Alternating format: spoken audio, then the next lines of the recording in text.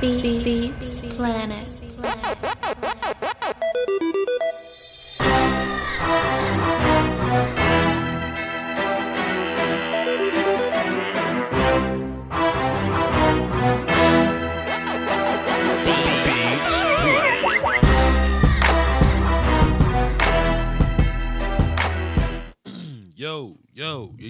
Yo. What's happening, yo? Good morning. Grandiose Voch. Vegan Voch.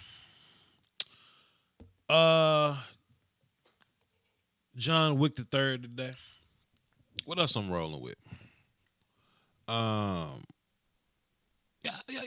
I think that's about all we got. Got the Harry Potters on today. What's good, man? Good morning. Boy, oh boy. Life is just so much more. Let me just.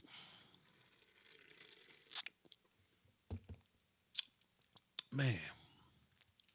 Like this the same dragon fruit, passion fruit, kale, spinach. That other fruit starts with a kai that I've never seen one before. Like this same joint right here, right? It tasted fine yesterday.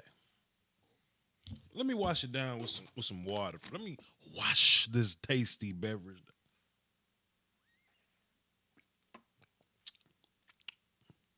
Okay, I cleared my palate. Water's great, by the way. That water's better than normal.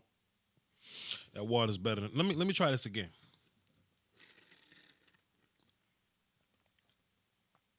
Damn. You know, they don't have a lot of dragon fruit in Mississippi, you know? But this dragon fruit tastes exceptional on this day. On this Cowboy Monday. Victorious Cowboys Monday. Perfect Cowboys Monday. Flawless victory Cowboy Monday. Boy, was it a stressful one, though.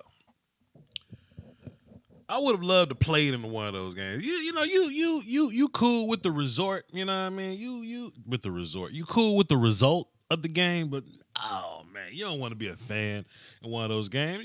But I would love to play in one of those. Taking a look at the palette here today. Let me just kind of set the table before we get started. I think I'll set the phones up here. I'll set the phones up so I can call in and get y'all's thoughts. So y'all can call in and express yourself. I won't hang up on you after 30 seconds. We're not that show. I won't, you know what I'm saying? We won't just cut you off. I want you to get yours off too. In terms of the Eagles, though, anybody just feel like cleaning up today? Boy, in the middle of the night last night, didn't get much sleep. I just swept the kitchen. Just picked up a little broom right there. It's a cool little broom. I like to sweep because I got the dustpan with the long handle. Not the short handle joint. You know what I mean? You got to lean over and get the bottom part of the broom and sweep up in there. Or you got to get a friend to hold the dustpan and you got to sweep. It ain't one of them. I got the long handle dustpan. And my kitchen ain't ridiculously huge, but I swept my kitchen yesterday. My broom was so important to me yesterday. I swept the shit out of my kitchen. Boy, my kitchen's so clean. I jumped on the stove and swept the counter. Swept the countertops from the stove. Boy, my kitchen's so clean today. We're going to talk a little bit of everything today. We're going to go over some stats. We're going to listen to 105.3 The Fan. I think Stephen Jones is going to check in around 11 or so. We'll hear what he got to say. We'll just listen to the opinions of the radio guys. I'm going to take your calls. We're going to talk about everything. Our defense, offensive line, Zeke, Dak. Boy, Amari Cooper. Boy, Amari Cooper, his house better than yours, his routes better than yours. Come on, man. Amari Cooper. We're going to talk about all that, man. We're going to talk about all that. Let me see what the 105.3 cat's talking about while I set my phone lines up. Jeez. Oh, he'd be very mad. He wants rushing titles, yards, all those things. I would too. So how about I say this is my saying that I just came up with. Right it applies more to hit me with it. Excuse me. It before cars existed. When you have a horse, you don't walk. Okay? We got a horse. You ride your horse. Saddle up. I mean, you used a top 5 pick on a running back. You are going to wear him out. Okay. Well, you got it clinched. Football's a violent game. If you can sit. I don't have any fancy horse lingo for you, partner. What's up? But you didn't come how about I want Zach out, I want Tyron out, I want Sean Lee out, I want Zeke out. And at that point, Dak, how much do you want to play? I would ask him. What's good for you? And definitely don't risk it. Don't be running. We are in the catbird seed right now, gentlemen, where we're heading very quickly for the 4 seed. The 3 seed's not worth it considering key players that you could get rest for right now. Yeah, till you have a wild card team beat the 1 seed and you got the 4 instead of the 3. No, because the wild card, you would still host them. You'd still host wild card teams? It would require no matter what. Just so the only way it would hurt you is if you are 4 and 3 and 4 end up in the NFC title game. So then you would not have home field. The Bears just beat the Rams, right? So they remain 1 game up.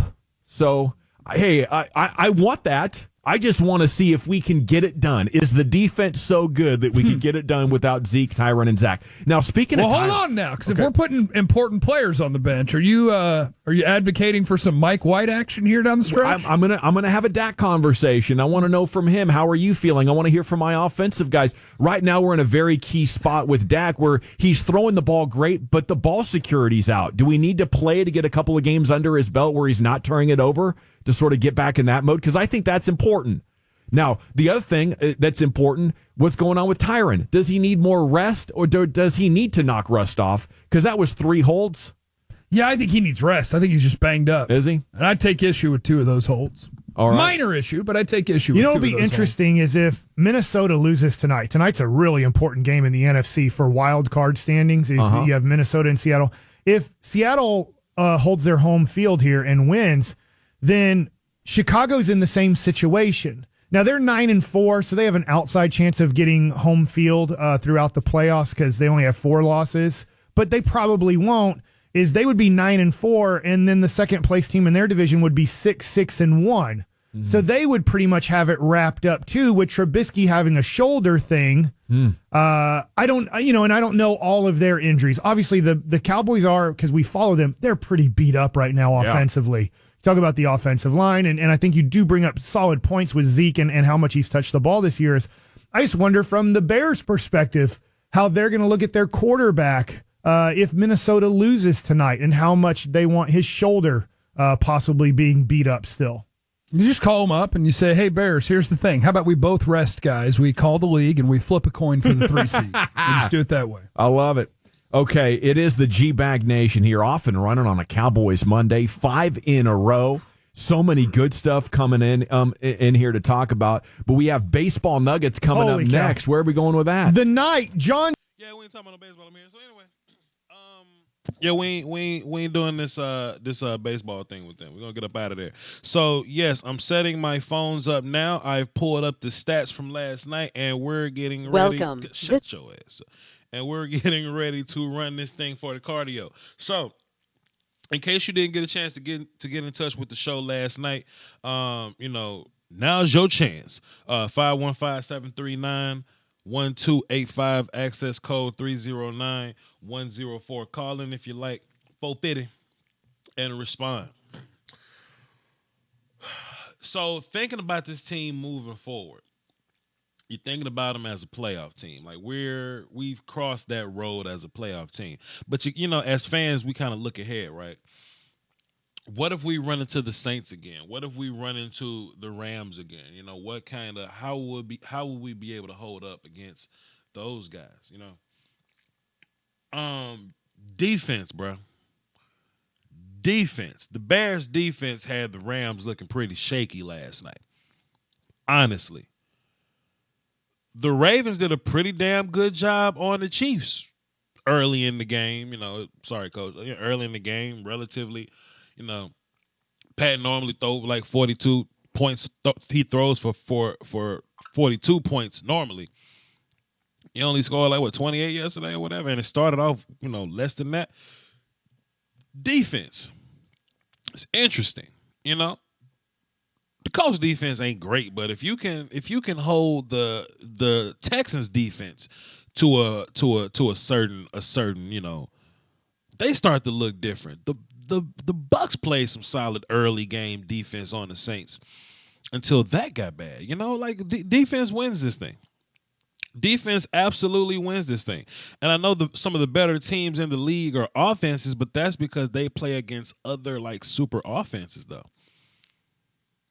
I think we got the formula to get this damn thing right.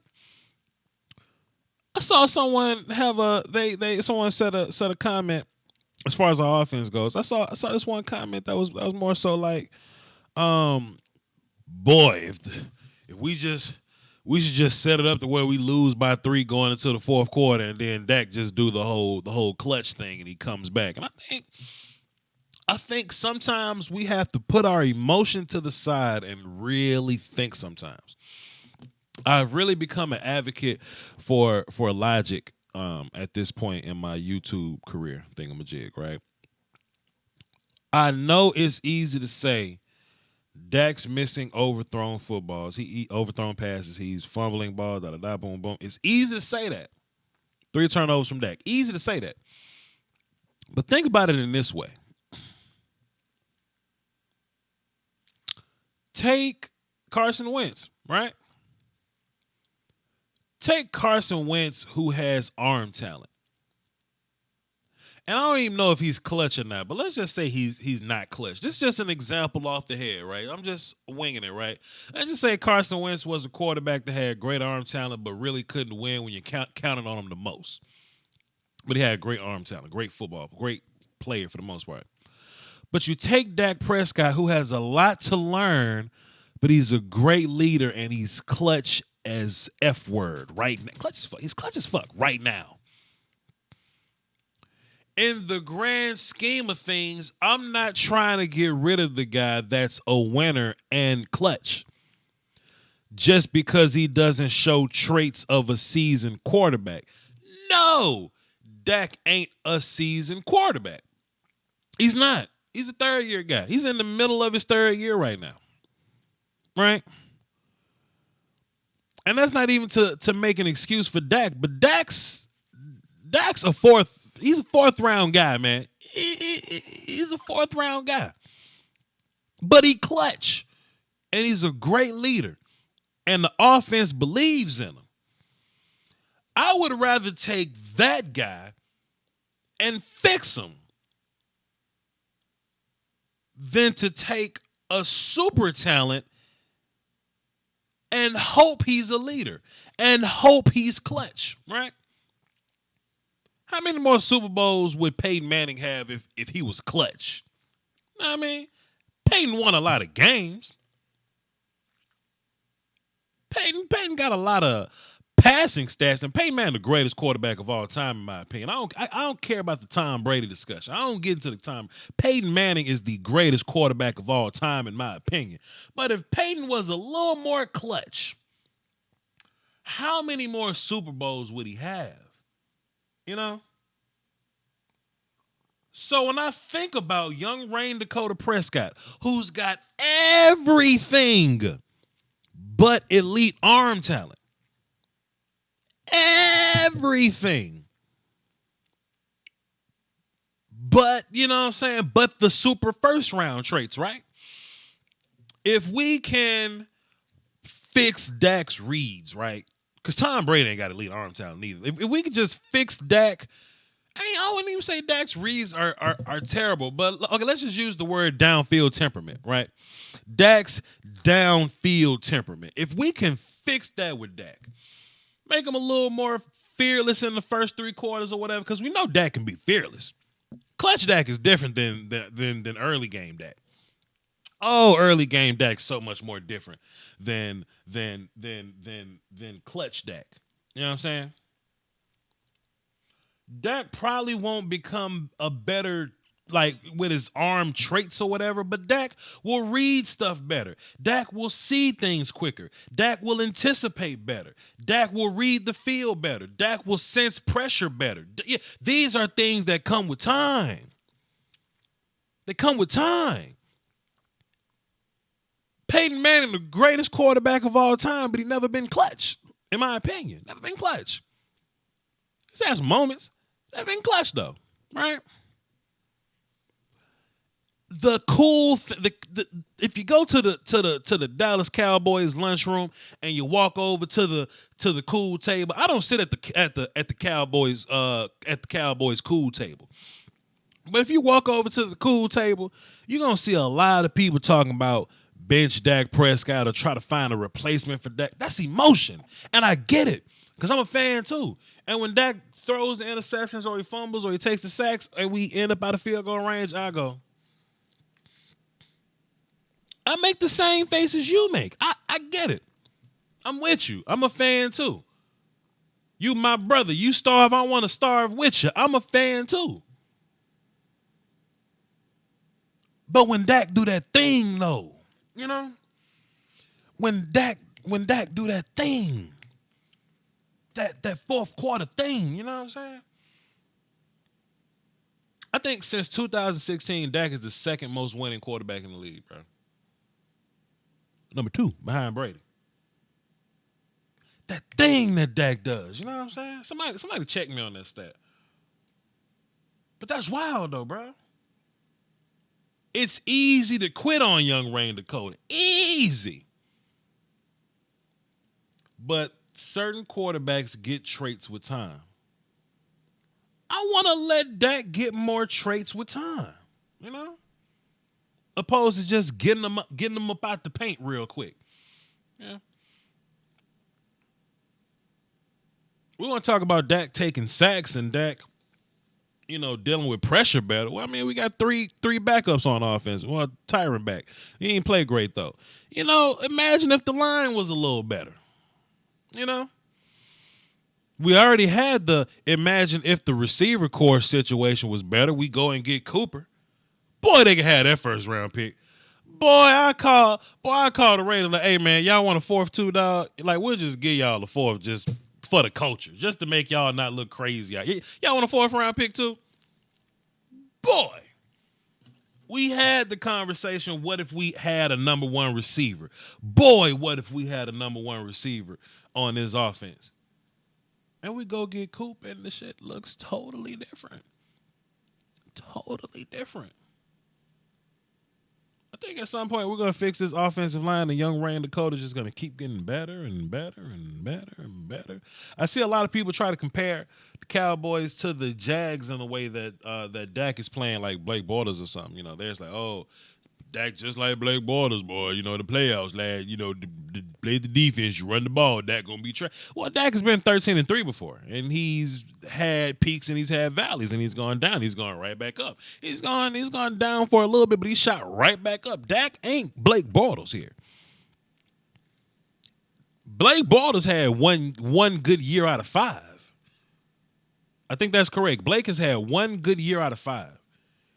Dak ain't had a losing football season yet. You know what I'm saying? We just kind of get up and down with his arm talent here. You know what I mean? Get off my quarterback, young Rain Dakota. I'm gonna check these 2 super chats and I'm gonna get into the phone, man. Boy, oh boy, oh boy. Dave Alexander dropping this for Santa Claus Cooper. The filthiest swept Swiffer wet jet. Go away. Go Cowboys. Salute to you, Dave Alexander, dropping a dub and a deuce in the super chat. The filthiest swept. Merry Christmas. Merry Christmas. Thank you so much, Dave Alexander. You know you are one of the GOATs. Let's hop into the phones. See who's up in here. If my app would load up. If my app would load. All right, cool. Here we go. Well, if my app would load up. All right, cool. Here we go. Let's hit that button. And we're going to hit that button. And then we're going to unmute these people. I'm going to give us a little bit of volume. Ta, ta, ta, ta, ta. We're going to hit that button and make sure the radio ain't playing. All right, it ain't. Let's run it for the cardio. Line blowing up 704. Who this? Doski, woski, pisky, whiskey. What's up? Who this? This is April Staten, Hey, Miss Paul Masson, representative. Miss April. Let me just ask you a question, Miss April. What the water tastes like over there today on this Cowboy Monday? Well, we got snowed in. So what I did was I just piled up that snow and I just put it in a nice glass and let it melt. And it just tastes like Alpine, like I'm in Fiji or something. It's just so crisp. The waters of Lake Minnetonka's in a glass. Oh boy, Miss April. Tell me how you feel about your Dallas Cowboys this morning, Miss April. Oh, Voch, I'm telling you, thanks to you, thanks to your leadership, thanks to your teaching, again, I am a better fan. So when that game started getting shaky and everybody's about to just, throw that over the bridge, I'm standing tall, I'm standing strong, fighting. They're going to finish. All you got to do is control the clock, time of possession. Make your third down conversions. I'm staying focused. And we come out with victory. Love it. Boy, Miss April, you way better than the rest of them that's out here trying to fire my quarterback and try to fire my left tackle and try to fire both our defensive ends and all. Miss April, you so much better. Tell us about Amari Cooper though, Miss April. What's going on with your boy Coop though, Miss April? Well, I was not happy. Me and you were not happy on that night when we heard about the first round. But again, yes, you can give him first, fourth, give him keys to the helicopter, give him whatever he wants. He is worth that and more. So happy.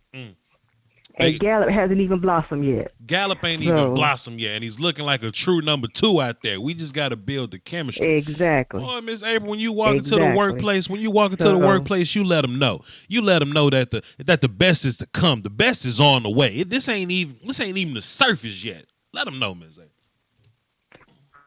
Oh, exactly. We're a young team. We're young. So, like I said, haven't even scratched the surface of the talent. Just a couple of things we need, several things we need to clean up, staying positive, and it's fixable. And the question I wanted to ask, you've already stated it. I wanted to ask what was fixable about Dak as far as, his reading the field and are the things that he's struggling in, is it fixable? And you've already laid it out, so you've already answered my question. And that's very much a key word that you said there, fixable. When we see a lot of these quarterbacks playing bad, they have things that you can't really fix. They're kind of in their way already. They're who they are already. Dak is still a ball of clay that you can mold into being better. He still can read the field a little better, which will come with time. He can still anticipate throws better, which will come with time. How to sense pressure in the pocket. He just got to get a little older. Dak, 24 now? And most quarterbacks really don't figure things out till they 30. I think Dak's the second most winning quarterback since 2016. The kid ain't had a losing season yet. You know what I mean? So come on now. Oh yeah, like I definitely remember I was old enough for the the Romo years, and his first really 3-4, it was just like that. Like I said, he was learning, he was growing, he was making huge mistakes, and we was like, okay, what do we have here, or what don't we have? I'm ready to get rid of him and get somebody else. So I remember those times. So Dak, he frustrates me, but I'm riding with him. I'm definitely riding with him because he has the potential. When you're in that type of situation and you keep your head on straight and you don't fall, and like I say, your team don't fall around you, you can fix mistakes. You can work through mistakes. You can work through errors. Keep your head up. Stay focused. Do your job. Each man do their job. And it showed, right there. And, a little luck comes your way. Just a little bounce. Just a little bounce in the hands of your yeah, exactly. Who cares? Nobody looking at that like that. Nobody detailing it. Right. It happens. There you go. Thank you so much, Ms. April. That's all you got? That's all I got. Thank you. Thank you for calling in. Yes. On to the next one. All right. Bye-bye. Boy, Miss April, one of the best. Boy, she one of the greatest out here. Boy. If y'all would like to call in and make your voice heard, talk your stuff, you want to just react to whatever happened last night, the number to call in, 515-739-1285, access code 309104. I did all that without looking at the screen. Boy, I know this number better than my own phone number. Let's keep going now. 856, what's happening? Who this? Hello? What's happening? Who this? Oh, this is Vic. This is Vic from Jersey, man. What's up, Vic? What the water tastes like over there in Jersey, fam? Oh, my God. You don't understand how it tastes better in Philly today, too. I'll tell you that. Oh, boy. Jeez, I crossed I live 10 minutes away from the Eagles Stadium in South Jersey. And I was actually in Philly yesterday as all of this was going on. You know, I wasn't.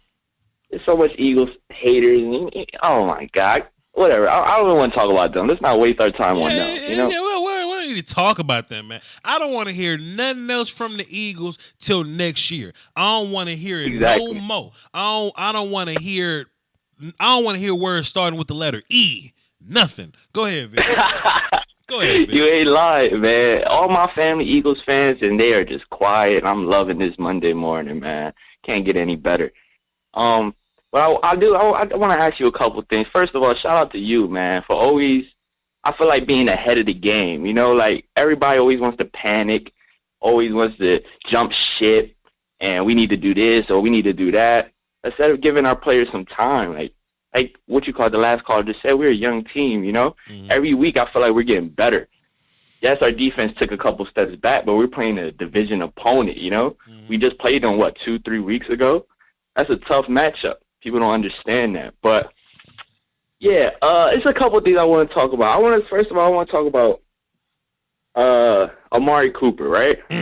Amari, who doesn't want to talk about Amari this morning, you know? Our house better than yours, our routes better than yours, our sky. Come on, man. You ain't never lied. Man. So, well, Amari, would have been mad, like, at this point now, if we would have gave up two? I know we didn't. But let's say we would have gave up 2 first rounds for him. You would have got damn. How would you be feeling right now? Like a Khalil Mack type of thing. You would have got damn minute now. I mean, look, either way it goes, you can't be mad with Cooper's production. You know, it's working out for us. But 2 first-round picks is a lot, especially a first-round pick in 2020. 2020 gonna be nasty. Yeah. Oh, the 2020 draft gonna be nasty, and I ain't trying to give up none of them picks. But nice. I think we won here. I think we get the value, and what made me say that is I think I'm gonna try to get Law Nation on over here. If you think about what would you have to give up to get a guy like Odell Beckham? What would you have to give up to get one of those guys, Nuke Hopkins? It'll be more than 1 first-round pick. You would have to give up 2 and some change. And I think we got a guy in Cooper. I'm not saying he's good as Beckham or Nuke Hopkins, but he right up in there somewhere. He right up in that conversation, you know? And we're going to get into stats later. I haven't really looked at him yet, but he's up in there. It ain't like he's a far reach away from those guys. So I think a first-round pick for Cooper's right on point. Yeah, makes sense. I have another quick one. I see, like, with the Cowboys, once the game starts getting more, like, intense, more back-to-back, I feel like we open the playbook up a little bit more. Scott Linehan does. Why do you feel like we don't do that to start off in a game?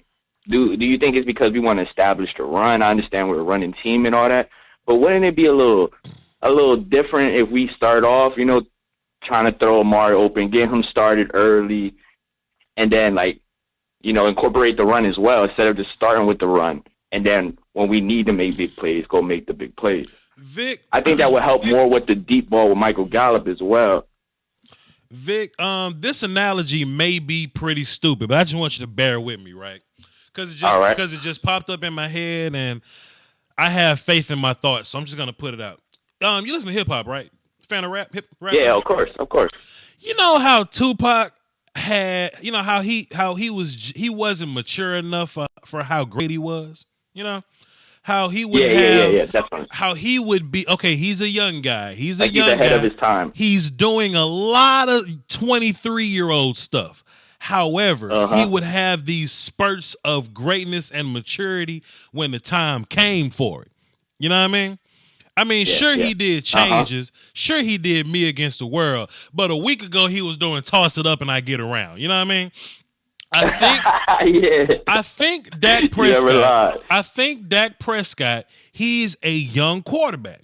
He's a young quarterback. He is what a young quarterback is, especially a young quarterback without an elite offense coordinator. Sure, but I think when those spurts happen, they just happen.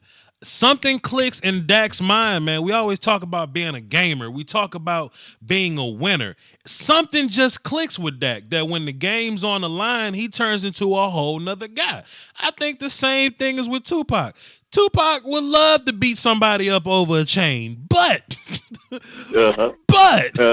man, when we need him to lead the people, he right there, right when we need him. Mm-hmm. And this analogy could be ridiculous, man. But Dak just gotta grow up to get the whole body of work behind him. But those spurts, I just think they come out of him. I don't really think that's play call or anything like that. I just think in Dak's mind, he goes, okay, I gotta push the ball now. Let's push it. Makes sense. Okay, cool. I got one more question before I let you go. Go ahead. Now coming to Dak, right? You know, he's on and off, Jekyll and Hyde kind of quarterback. I was thinking, it's like, I don't mean to throw you, try to put you in this position, but if you could take Dak or Carson, who would you take? Like right now, if you could switch them and put Carson on our team and put Dak on the Eagles, if you had that shot, what would you do? Hey man, don't ask me no questions like that, dog. Why would you ask me? Don't ask me a question like that on Cowboy Monday. What's wrong with you, man? I know the answer. That's what they want us to do. No. It's that I don't have enough facts yet. I think a lot of people rush into judging quarterbacks. I think it takes a bit. It takes a while because both quarterbacks still got things to learn. Now, Dak has won more games than Carson, I believe. You know what I mean? That's fact. And we have clear evidence that Dak is a little more clutch than Carson. Carson got the arm talent. Carson seems to be a little more confident in his legs. I mean, Dak runs, but Dak don't run as much as we want Dak to run. You know what I mean? So we still got a lot. Exactly. It's a lot of question marks we still got to answer, man. So let's not. Don't even ask me no questions like that. Man, but yeah, man, I appreciate your time, Voch, man. Shout out to you for all the hard work you do, man. You really be doing your thing, especially with that film work. Yeah. Quick question. Yes, sir. Since we don't have a first round pick this year, what do you think is our biggest need that we might attack second round? I know it depends on who gets drafted and all that, but I look at you as a draft guy. You know, you be doing your thing. So it's like, what position do you expect us to draft round 2 of the draft? In my personal opinion, I think it'll be a lot of D linemen available. It'll be a lot of O linemen available, preferably interior D linemen, outside O linemen. So you think we get that one technique? Possibly. It depends. It depends on how good they feel about Antoine Woods. I think 3-tech is the way to go. And the reason that makes me say that is I think David Irvin is gone, regardless. He's done. So not only do we need depth at that position, but is Malik the future? Like, what are we going to do with that situation? You know, hell, we can play Malik at 1 and get a new guy to come in at 3. You know, it's a lot of stuff we got to figure out in terms of interior defensive linemen. In particular, 1-tech. You're absolutely right there. So I don't think it's going to be a 1-tech. I think we'll draft a 3 and let guys play 1. Hell, I don't necessarily think tight end is the way. I think Dalton Schultz had a pretty good game. I think they're going to try him again next year. You think Blake Jarwin had a better game enough to take that spot from Dalton? No, absolutely not. I'm just saying Dalton Schultz had a good enough game moving forward as a young guy that we can go, okay, maybe we can, develop him into something, because tight ends, it takes a while. They got to grow up, then they got to learn blocks, then they got to learn routes. OJ Howard didn't do much last year, but the first couple weeks of OJ Howard this year, OJ was looking, like we thought he was gonna look. The real deal, yeah. Yeah. So I mean, we just gotta let guys grow. We'll see. All right. Yeah, I appreciate it, man. I appreciate your time, man. That's it. Shout out to you, man. Shout out to Cowboys. Shout out to the whole Cowboy Nation, man. All the fans around the world. Mm-hmm. Shout out to Jason Garrett, man, for having some, stones. And that was a little hard to say. That was a little hard to say, man. But in overtime, people overlooking it. That was a huge call to have confidence in your team and your O-line, especially after that third down play to get stuffed. Shout out Jason Garrett. Shout out Scott Linehan. Shout out Jerry Jones for giving up that first-round pick, man. Ooh. Shout out the Eagles for having their season over. You feel me? Enjoy that Super Bowl win last year. All right, Vic, time to get rid of you. We're not shouting out the Eagles around here. I don't want to say no more E words till next year. I hear that, man. Have a good one, man. I appreciate you. All right, Vic. Let me get Vic up out of here. I sent Law Nation a link. I believe he's going to jump on whenever he gets the good go at it. Let me check my situation. So yeah, Law, I sent the link to your Twitter, bro. You can hit that button whenever you like. Let's get into another call though. Let's see what my call is talking about. Boy, we got nothing but platinum callers up in here. More LeCount? Nah, this Trey. Trey from DMV, man.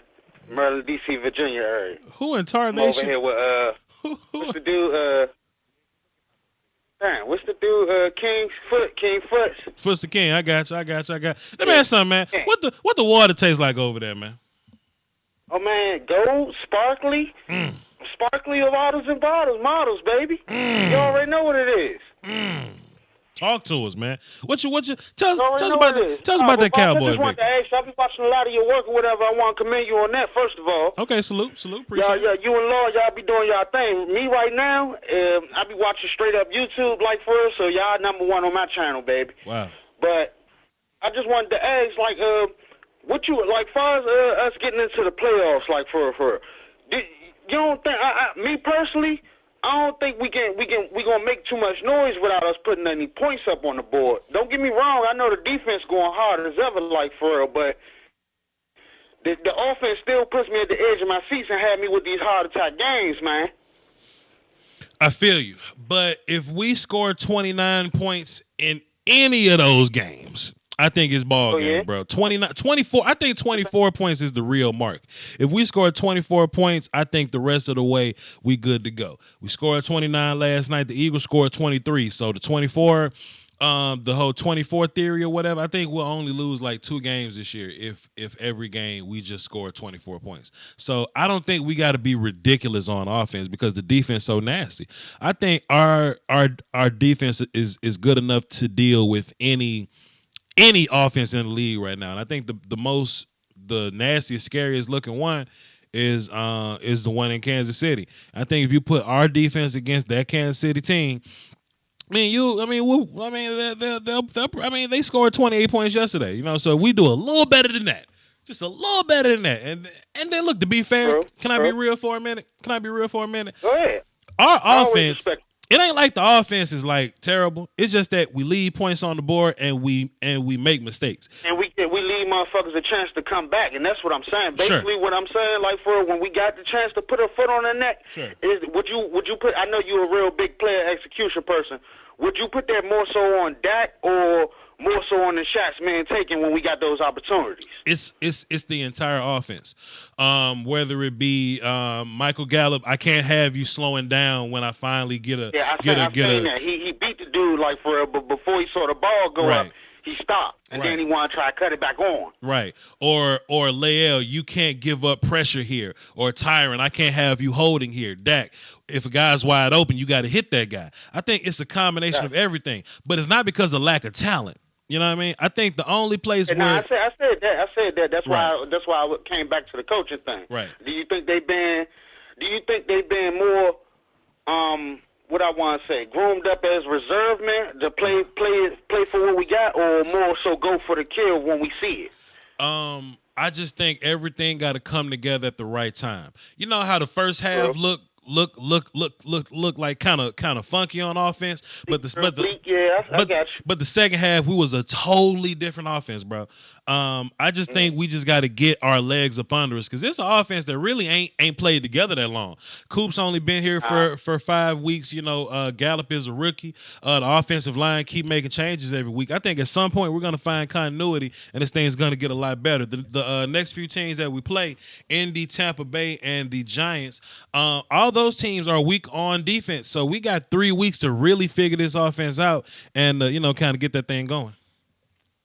Yeah, because I stay saying Zeke after the game, he stays saying, talking about, man, we can be so much better. And I feel him on all aspects, though. Mm-hmm. But another question. Mm-hmm. What you think we're going to do going forward with, how severe you think Zach Martin injury is? Did you even know what it is? I damn sure didn't. I was listening to the radio this morning, and I'm about to get back into it a little bit. They were talking about his injury, that it was the same leg that he hurt at first, but there was no further, I forgot the word they used, but he didn't hurt it no more than what it was. It's just that he was already hurt, and how it landed, it just hurt real bad at the time. So they're going to ice it, they're going to have him limited for practice or whatever, but he should be good to go for next week. If not, I mean, hell, I feel better about resting Zach Martin versus the Colts than resting him when goddamn Fletcher Cox in town. You know what I'm saying? So, Zach Martin should be fine moving forward, man. He'll be all right, but he may have to miss like 1 week, but this will be a good week to put Connor Williams in there versus the Colts and let him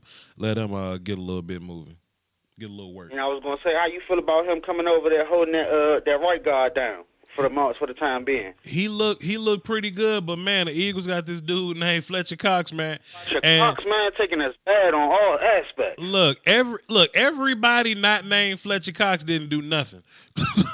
but boy, Fletcher lined up against Lael and whooped him. He lined up against Zach and whooped him. He lined up against Joe and Xavier and whooped him. So we ain't got to play no more of them guys, man. We moving on to Indy now.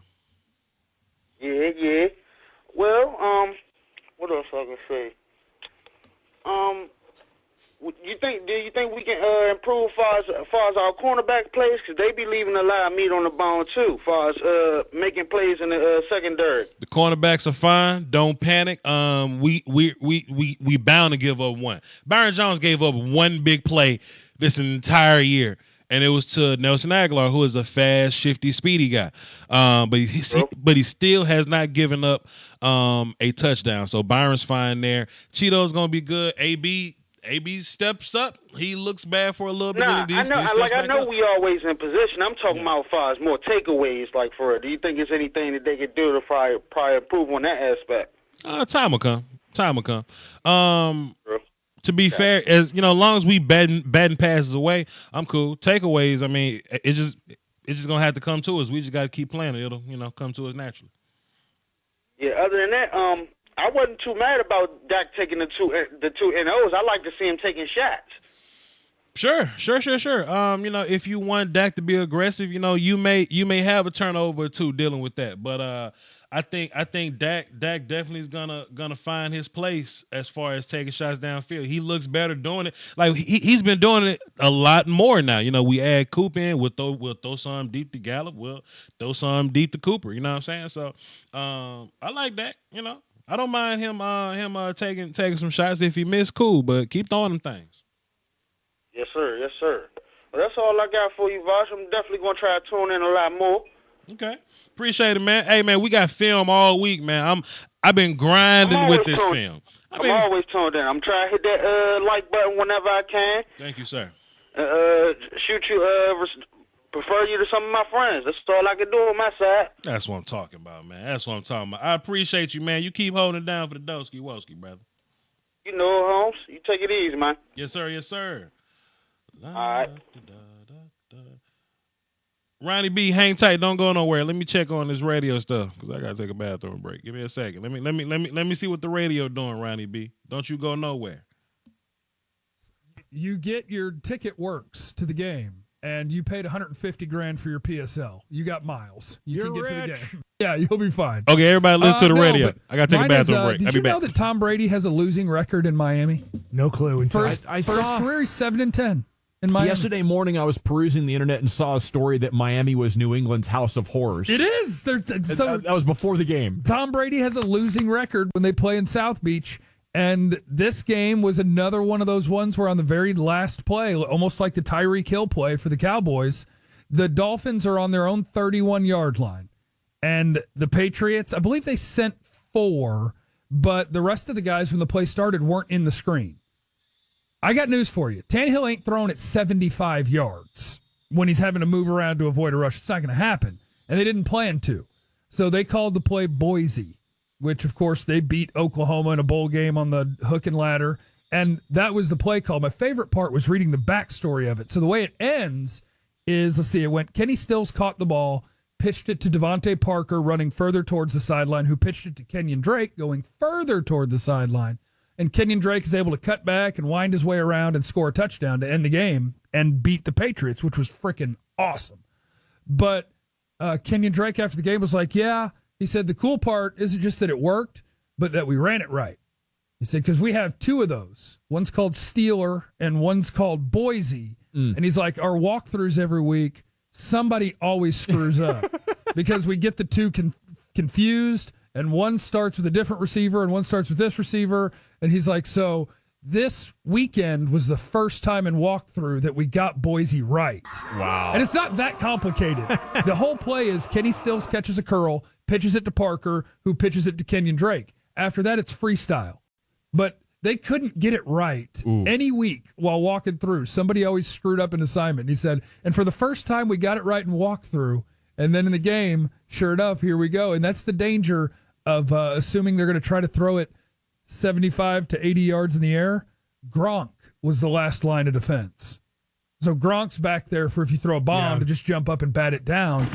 Kenyon Drake weaves his way through, and it's down to him and Gronk kind of stumbles and just gets outrun. Yeah. But he was the last line of defense, and down go the Pats. And then the last thing is it seemed like some of the cornerbacks decided to stay back a little bit after they got beat after the ball, because they're like, well, I'm just going to stay back 2 yards because they're going to pitch it again.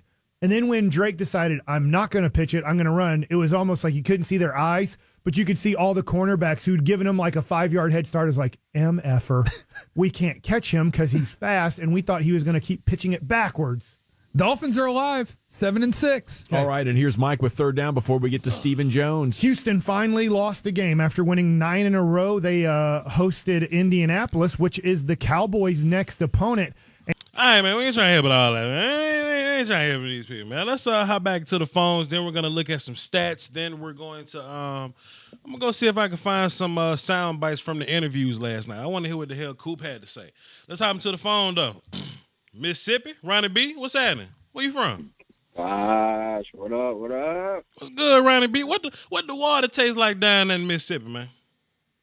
Bro, let me tell you, man, this water tastes excellent. The air feels better. Everything's going good, bro. That's what I'm Shout out about. to our team, man. Shout out to our team for that performance, bro. Salute to him. Swept the hell out the E words. You right. Go ahead. Keep going. Oh yeah. Dude, what the hell Dak throwing for 54 attempts for? I don't know why the hell Dak threw the ball 55. I didn't even notice it. Hey. I didn't notice it. Hey, but he got that shit done. He got it done, didn't he? He got it done. But you're right. I don't want Dak to throw the ball 55 damn times. We need to cut that mess out. Right. Yeah, man. And I'm saying what shit. I looked up and I was like, whoa, is that like 400 yards? Like, god damn. 450. 450. That's crazy. Mm-hmm. 450. You're right. Mm-hmm. But yeah, but shout out to his fourth quarter and overtime, man, because that's when he really turns it on. Yep. What else you got? But yeah, bro.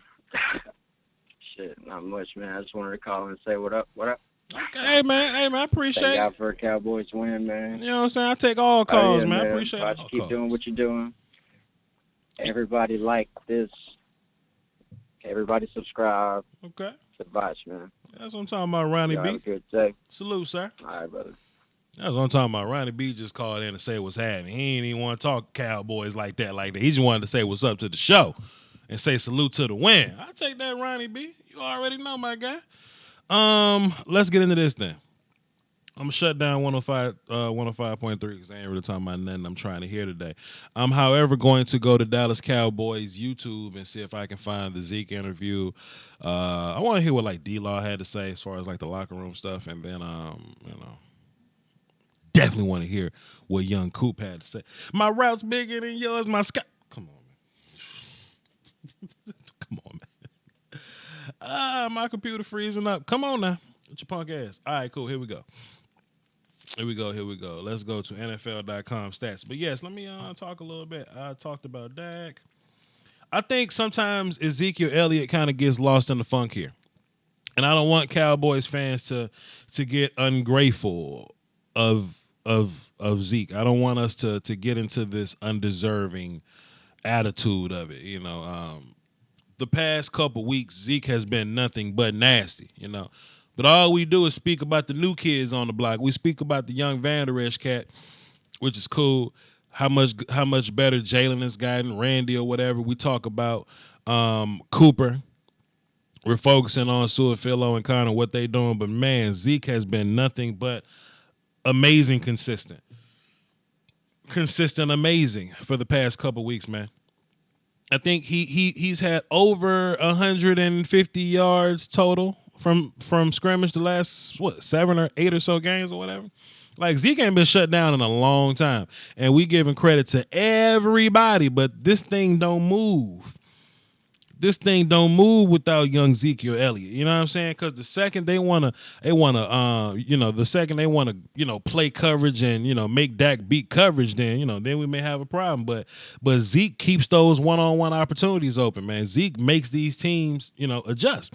And hey, man, of course Dak gonna have to beat him, but that's because of Zeke, bro. That's because of Zeke, bro. I know they're gonna want to play their little website video, but I ain't trying to hear nothing about NFL.com's little website video. We're gonna get into a call, then we're gonna get into some stats. Let's see what y'all got to say. 817, what's happening? Who this? Hey, this is Ken from Fort Worth. What's cracking, Ken? What you got for the show? What do you think about the game? I think great things about the game. I don't want to say the E word anymore because we ain't got to deal with them no more till next week, but we swept them. Swept my whole kitchen with them. Climbed on top of my stove. Swept the counter. My kitchen is clean. My kitchen is clean. Dealing with the daggum Eagles. The E words. Go ahead. What about that? What do you think about how he did do in the game? I think Dak Prescott made some mistakes, sure, but when we needed him, he was as good as any quarterback in the league when we needed him. You know what I mean? He's a young quarterback. I know a lot of people trying to get rid of him right now, but if you take a young quarterback that doesn't have a top tier OC, then you're gonna get a lot of quarterbacks that look pedestrian or that look young. You look at some of the best quarterbacks in the league right now. You look at Tom, Ben, Matt Ryan, Matt Stafford. Those guys didn't have great first 3 years. You know what I mean? Like, they had to grow. They didn't get good till they was 30. And Dak really hasn't had a losing season yet. When Dak has guys around him, Dak can play. We said, boy, if Dak had a number one receiver, how much better would he be? And then we got him a number one receiver. He's better now. So now I'm saying is all we got to do is fix our offensive line to make them play a little more consistent. I know these media scouts that don't really watch film still assume that the Cowboys have a top-tier offensive line, but they don't. Dak been running for his life for weeks now. If we fix the offensive line, man, Dak will be even more better. I promise you. All right, thanks, Ross. Oh, I appreciate it, man. No doubt, man. Thanks for calling, man. You already know. Salute for it, work. All right. Can't be mad at that. Fort Worth got in, asked 2 questions, gave him his answer. All right. I got a crazy number for y'all. Hang tight. I gotta find it first. I saw the stat on the Twitter machine last night, and it was ridiculous. Let me fix my Harry Potters here. Let me go to team stats. Dun dun dun. Let me scroll it. Dun dun dun dun dun dun. Time of possession. 45 minutes and 33 seconds. God damn. The game ain't but 60 minutes. The game ain't but 60 minutes. Boy. I know we went to overtime, but 45 minutes is a lot of time to have the football. Plenty of time. Eagles had it for 22 minutes, though. Third down efficiency, we converted on 52% of third downs. I mean, I would like that number to be a little higher, but can't be mad at it. Half the time we converted. Can't hate that. We had 11 penalties. They had 5. Ugh. What else? We allowed 3 sacks. They allowed 2. We threw 2 interceptions. Ugh. Can't have that. Dallas Cowboys, average yards per play, 6.2 yards. Eagles were 5.3 average yards per play. Crazy. We rushed for 142 yards. Crazy. They rushed for 34. Is that Law Nation in the building? Yes, brother. What's good, fam? What's cracking, lagging, brother? Just reading off some of these stats, man. 45 minutes and 33 seconds of time possession, Law Nation. Ain't that crazy? Oh, yeah. I might have to turn mine down. I got an echo on my end, but can you hear me? I can hear you good with no echo, so it's probably just your end. Okay, good.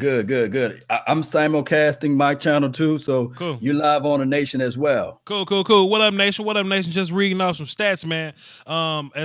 Offensively, we threw for 434 yards. The Eagles threw for 222. We rushed for 142. The Eagles rushed for 34. So we were clearly the more dominant team, but I think with the turnovers and the little offensive woes or whatever, that's the only time that the Eagles really put the ball in the end zone, man. So like the problems that we having is not like we having problems that we can't fix. We just got to fix problems with efficiency. We got enough skill to do it. We're one of the better teams in the league skill wise. We just got to be more efficient when we do these things. Law Nation.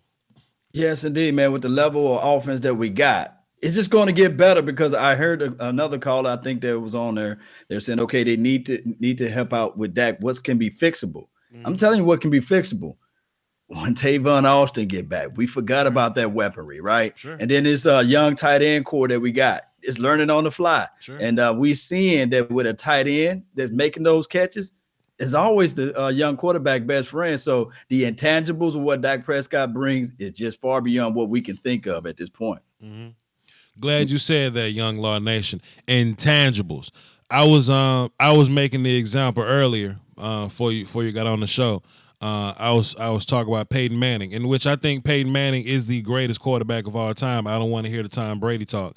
I really ain't trying to argue with you. But if Peyton Manning was a little more clutch, imagine how many more Super Bowls he would have won. You know what I mean? So if you think about young Dak Prescott and what he's missing things that are going to come with time. It's not like he can't play the position. I think he's the second most winning quarterback since 2016, second behind Tom Brady. You look at young Dak Prescott and what he's missing. Dak just got to get better at anticipating throws. He got to get better at feeling pressure in the pocket, stepping up, moving around. He got to work on like his overall calm at the quarterback position. You know what I mean? When Dak fixed these small little things that come with time, because people seem to forget that he ain't even had a whole 3 years in the league yet. But when Dak fixed these little things that come with time, these things that are fixable, then we good to go. Dak got things that you can't teach other people. Dak is clutch. Dak is fearless. Dak is tough. That run when Dak was going for the first down, he dived and got hit all up in the air and Cat hit him all in the hip bone that you knew Tony wouldn't be able to get up from. Or that when Tua Tagovailoa gets sneezed on, he falls and can't get back up. Young Ryan Dakota Prescott is tough. He takes hits. He's healthy. We ain't really seen Dak get hurt like that. He's healthy. He's a leader. He's clutch. He's nasty in the fourth. He's fearless. Yes, indeed. You can't teach that stuff, man. While you up here trying to draft another quarterback, you don't even know if they got those intangible traits. You know what I mean? Dak just got to fix the brain stuff, and that'll come with time. 4-1 against Carson Wentz. So man, look, Law, I don't want to hear nothing else from the Eagles, man. I went in the kitchen, swept my whole kitchen. I jumped on the stove, swept the counter.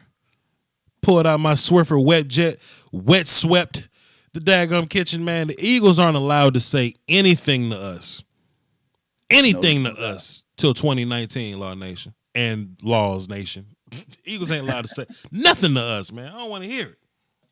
I mean, yes, and then on top of that, this defense. Man, I heard of somebody saying like, "We're not getting the takeover, we're not getting turnovers." Don't discount the 3 and outs, man. Do not discount that. That to me personally, field positioning and things like that. This young defense, this defense still young. Sure. And also, like you said, when Byron Jones got beat on that one play, give me that. I would rather for him to get beat on that one play to a wide receiver that got speed out there. Yeah. And outside of that, that's what I would take that any day. One play out of a game, out of 3 or 4 games, that's good. One out the year.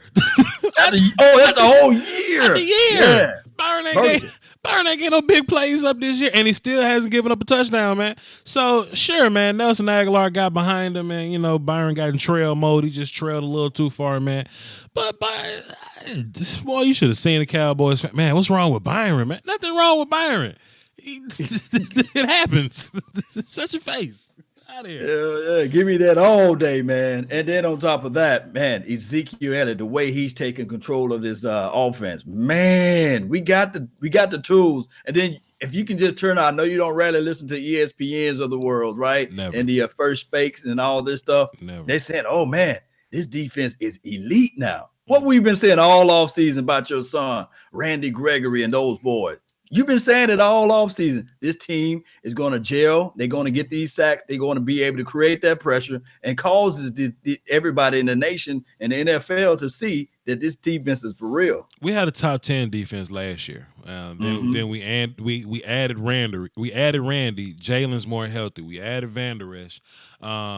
We got Woods playing free safety now. I think that fits him well because he can switch between box and range or whatever, but he's playing well there. Plus, guys just get better by the year. You know, guys just get better and better by the year, man. We added Dorrance Armstrong, pretty good rotational piece, man. Of course, his defense was bound to be top 5. Anybody would know it. Just put the writing on the wall, man.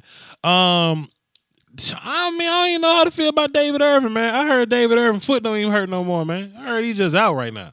I mean, he checked out mentally, man, and that's the craziest thing. We're not at full strength. We can argue the fact that we don't have the Tavon Austin on the opposite side of the football, like the offensive side, right? Mm-hmm. And we missing a Dayton Jones who's like the offseason training camp hero if he's still on his team. And then I'm talking about Belly Irvin, David Irvin, the guy, if he can just get his mind together. Mm-hmm. Ooh-wee. Yeah. And then did you remember last year when everybody was talking about Jalen Smith is trash?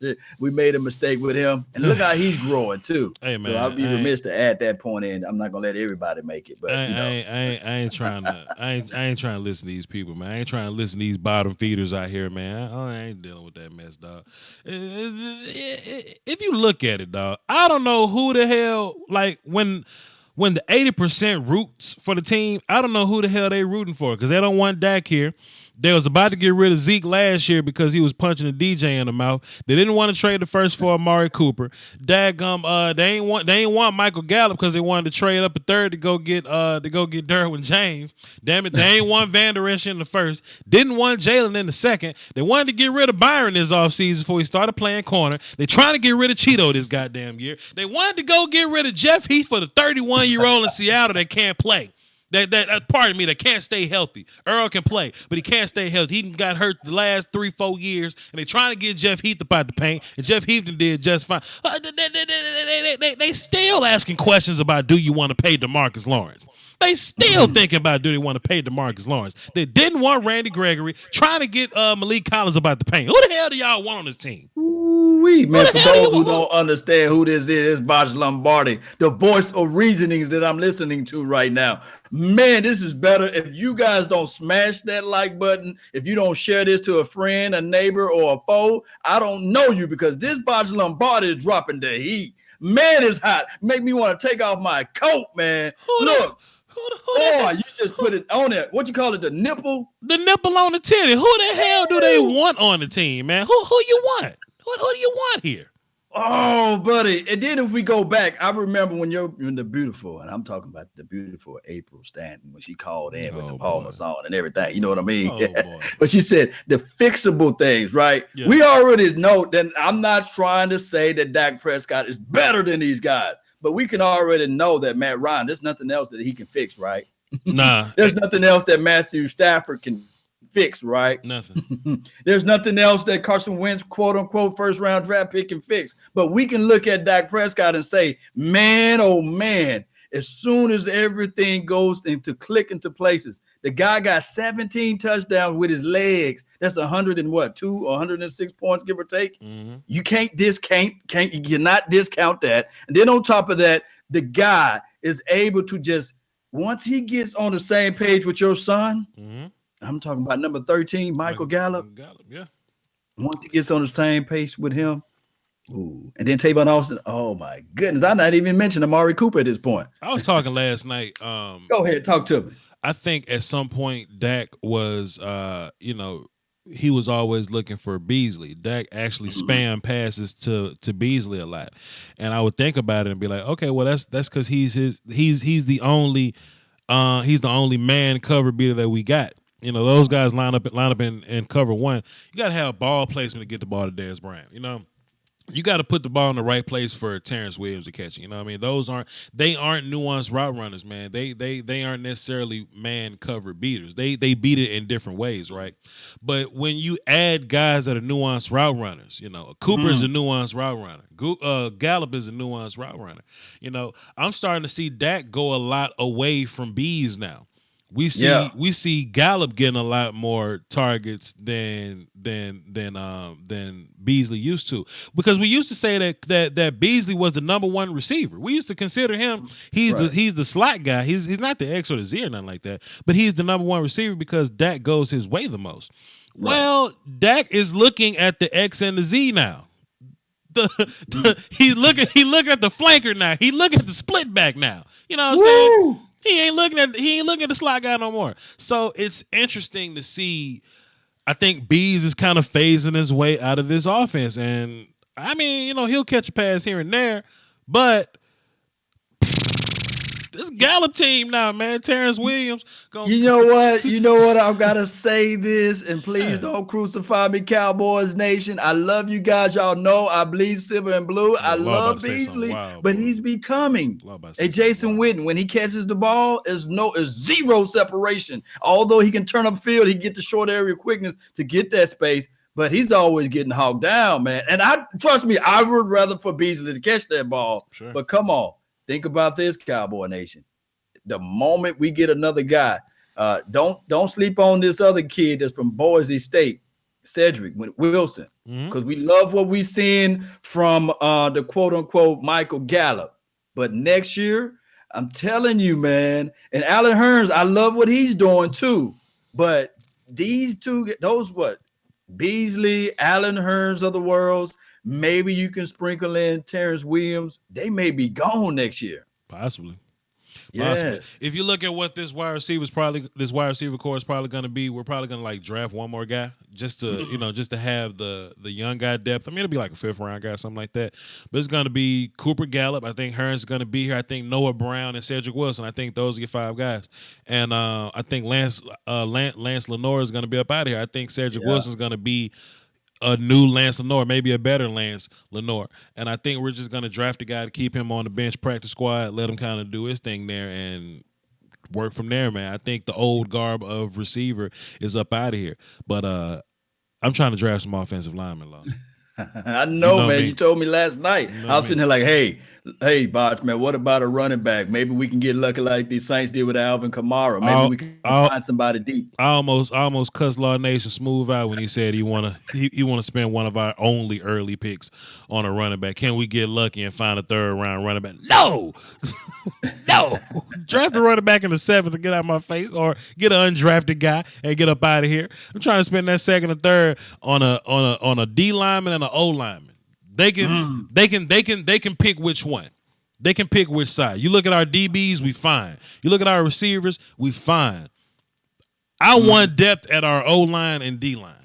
That's what I want, man. Somebody told me to look up his name. He's the tight end for Ole Miss. I can't stay at Ole Miss. But they told me to look him up. He may be a guy. Remember, I always say the tight end is the extension of the offensive line. Are we cool with the tight ends that we got now? Do we want to develop those guys, or is Rico next year going to be the blow-up guy? What you think? I think I'm fine enough with the tight ends that we have. I'm not trying to. There's a guy coming out of Iowa. It's actually two guys coming out of Iowa, really. Noah Fant and the other kid with the long name that I don't remember yet. I'll know it in March, when draft season is like for real. But they're the only tight ends that are really worth looking at. If you're gonna draft somebody else, you might as well stick with Schultz and Swain and Gathers. Jarwin might be out of here. Who knows? But I'm not trying to draft nothing early, but my offensive line and my defensive line. Law, I'm standing steadfast here. Dawson Knox, man, that's the kid the kid you was asking me about. I like Dawson Knox. Knox ain't gonna block nobody, man. Knox ain't no blocker out here. Knox is. I'm gonna throw some more hate at you, man. Noah Brown is all blocking. Fine. Noah Brown is our blocking tight end. Cool. We don't need a kid that's gonna come up in here and not touch nobody. We don't need that. Nah, we already got tight ends. It's the person that probably recommended that to you. They're probably somebody that just want to do something different at the tight end position for the Cowboys. They see Ingram or they'll see OJ Howard can block, but he's still Kelsey. They want a receiving tight end. Ertz. That ain't what we do, man. That ain't what we do. It ain't us. It's not me. It's not Payne. You know what I'm saying? So. No, we good. You got anybody hot on that phone line, man? Yeah, man, we got some people here, man. Somebody left, but they be back. Bring them in, man. I want to hear what they got to say, man. This your show, man. I'm just jumping in on my lunch break. That's how dedicated I'm in for you, man. Let's get into the phones then. The number to call in is 515-739-1285. Access code 309104. If y'all want to hop in, we got 559. Who this? Man, what's going on, Voch? What's good, bro? How you doing? What's happening, bro? Let me ask you a question, man. What the water taste like over there today, man? Tastes good, man. It always tastes good after a Cowboys win. You know how we do. That's what I'm talking about, brother. What you got for the show? Hey, man, I'm just worried. I'm worried about the injury to Zach Martin, man. What happened? Is there any word on Zach Martin? Have you heard of how severe his injury is going to be looking forward? Well, the leg that was hurting was the leg that was already hurting, but there was no further damage to it. So he'll probably just be resting up. If it was me, we ain't got to deal with a guy like Fletcher Cox no more. I would rest him for Indy. Yeah. I would arrest him for Indy. Give him a good 2 weeks out. Come back versus Gerald McCoy, Vita Vea, Jason Pierre-Paul, those guys. Have him ready for that game. But we don't need him versus Indy, man. Let Connor Williams and Xavier Su'a-Filo run the guards, and we'll be good. Man, I'm telling you, I was watching when Connor Williams came in the game yesterday. I was impressed. He did all right. I mean, but you look at Fletcher Cox compared to, that's a big boy there in the middle. I didn't realize how undersized Connor Williams was until I saw him next to Fletcher Cox. I said, holy crap, this guy's going to get his lunch money taken. And you know what? But this is my thing, though. And I'm kind of happy that it happened yesterday. Because Cowboys fans been getting on my nerves by my son, Connor Williams. Well, he can't block Fletcher Cox. He gets beat by the bull rush. Let me tell y'all something. Who can? Fletcher Cox beat Lael, Zach, Connor, Su'a-Filo, and Joe Looney yesterday. Everybody lose to Fletcher Cox. But when Connor wasn't responsible for blocking Fletcher, Connor looked good getting to the second level. Connor looked nasty getting to the second level. Those outside zone plays where he had to hook and take over and let Joe climb to the second level. Connor was nasty overtaking the one tech there. He was nasty cutting off the backside defensive end. Connor puts the nipple on the titty for me. He just can't block Fletcher Cox. A lot of people cannot, but I think Connor be fine. Yeah. Another thing, man, real quick, is I just want to say I'm really proud of the secondary, man. The Morris Claibornes, the Scandricks, the Brandon Carrs of the world that were out there on this team. You just were waiting for them to get beat either across the middle or the big play given up, on the outsides on the 9 routes.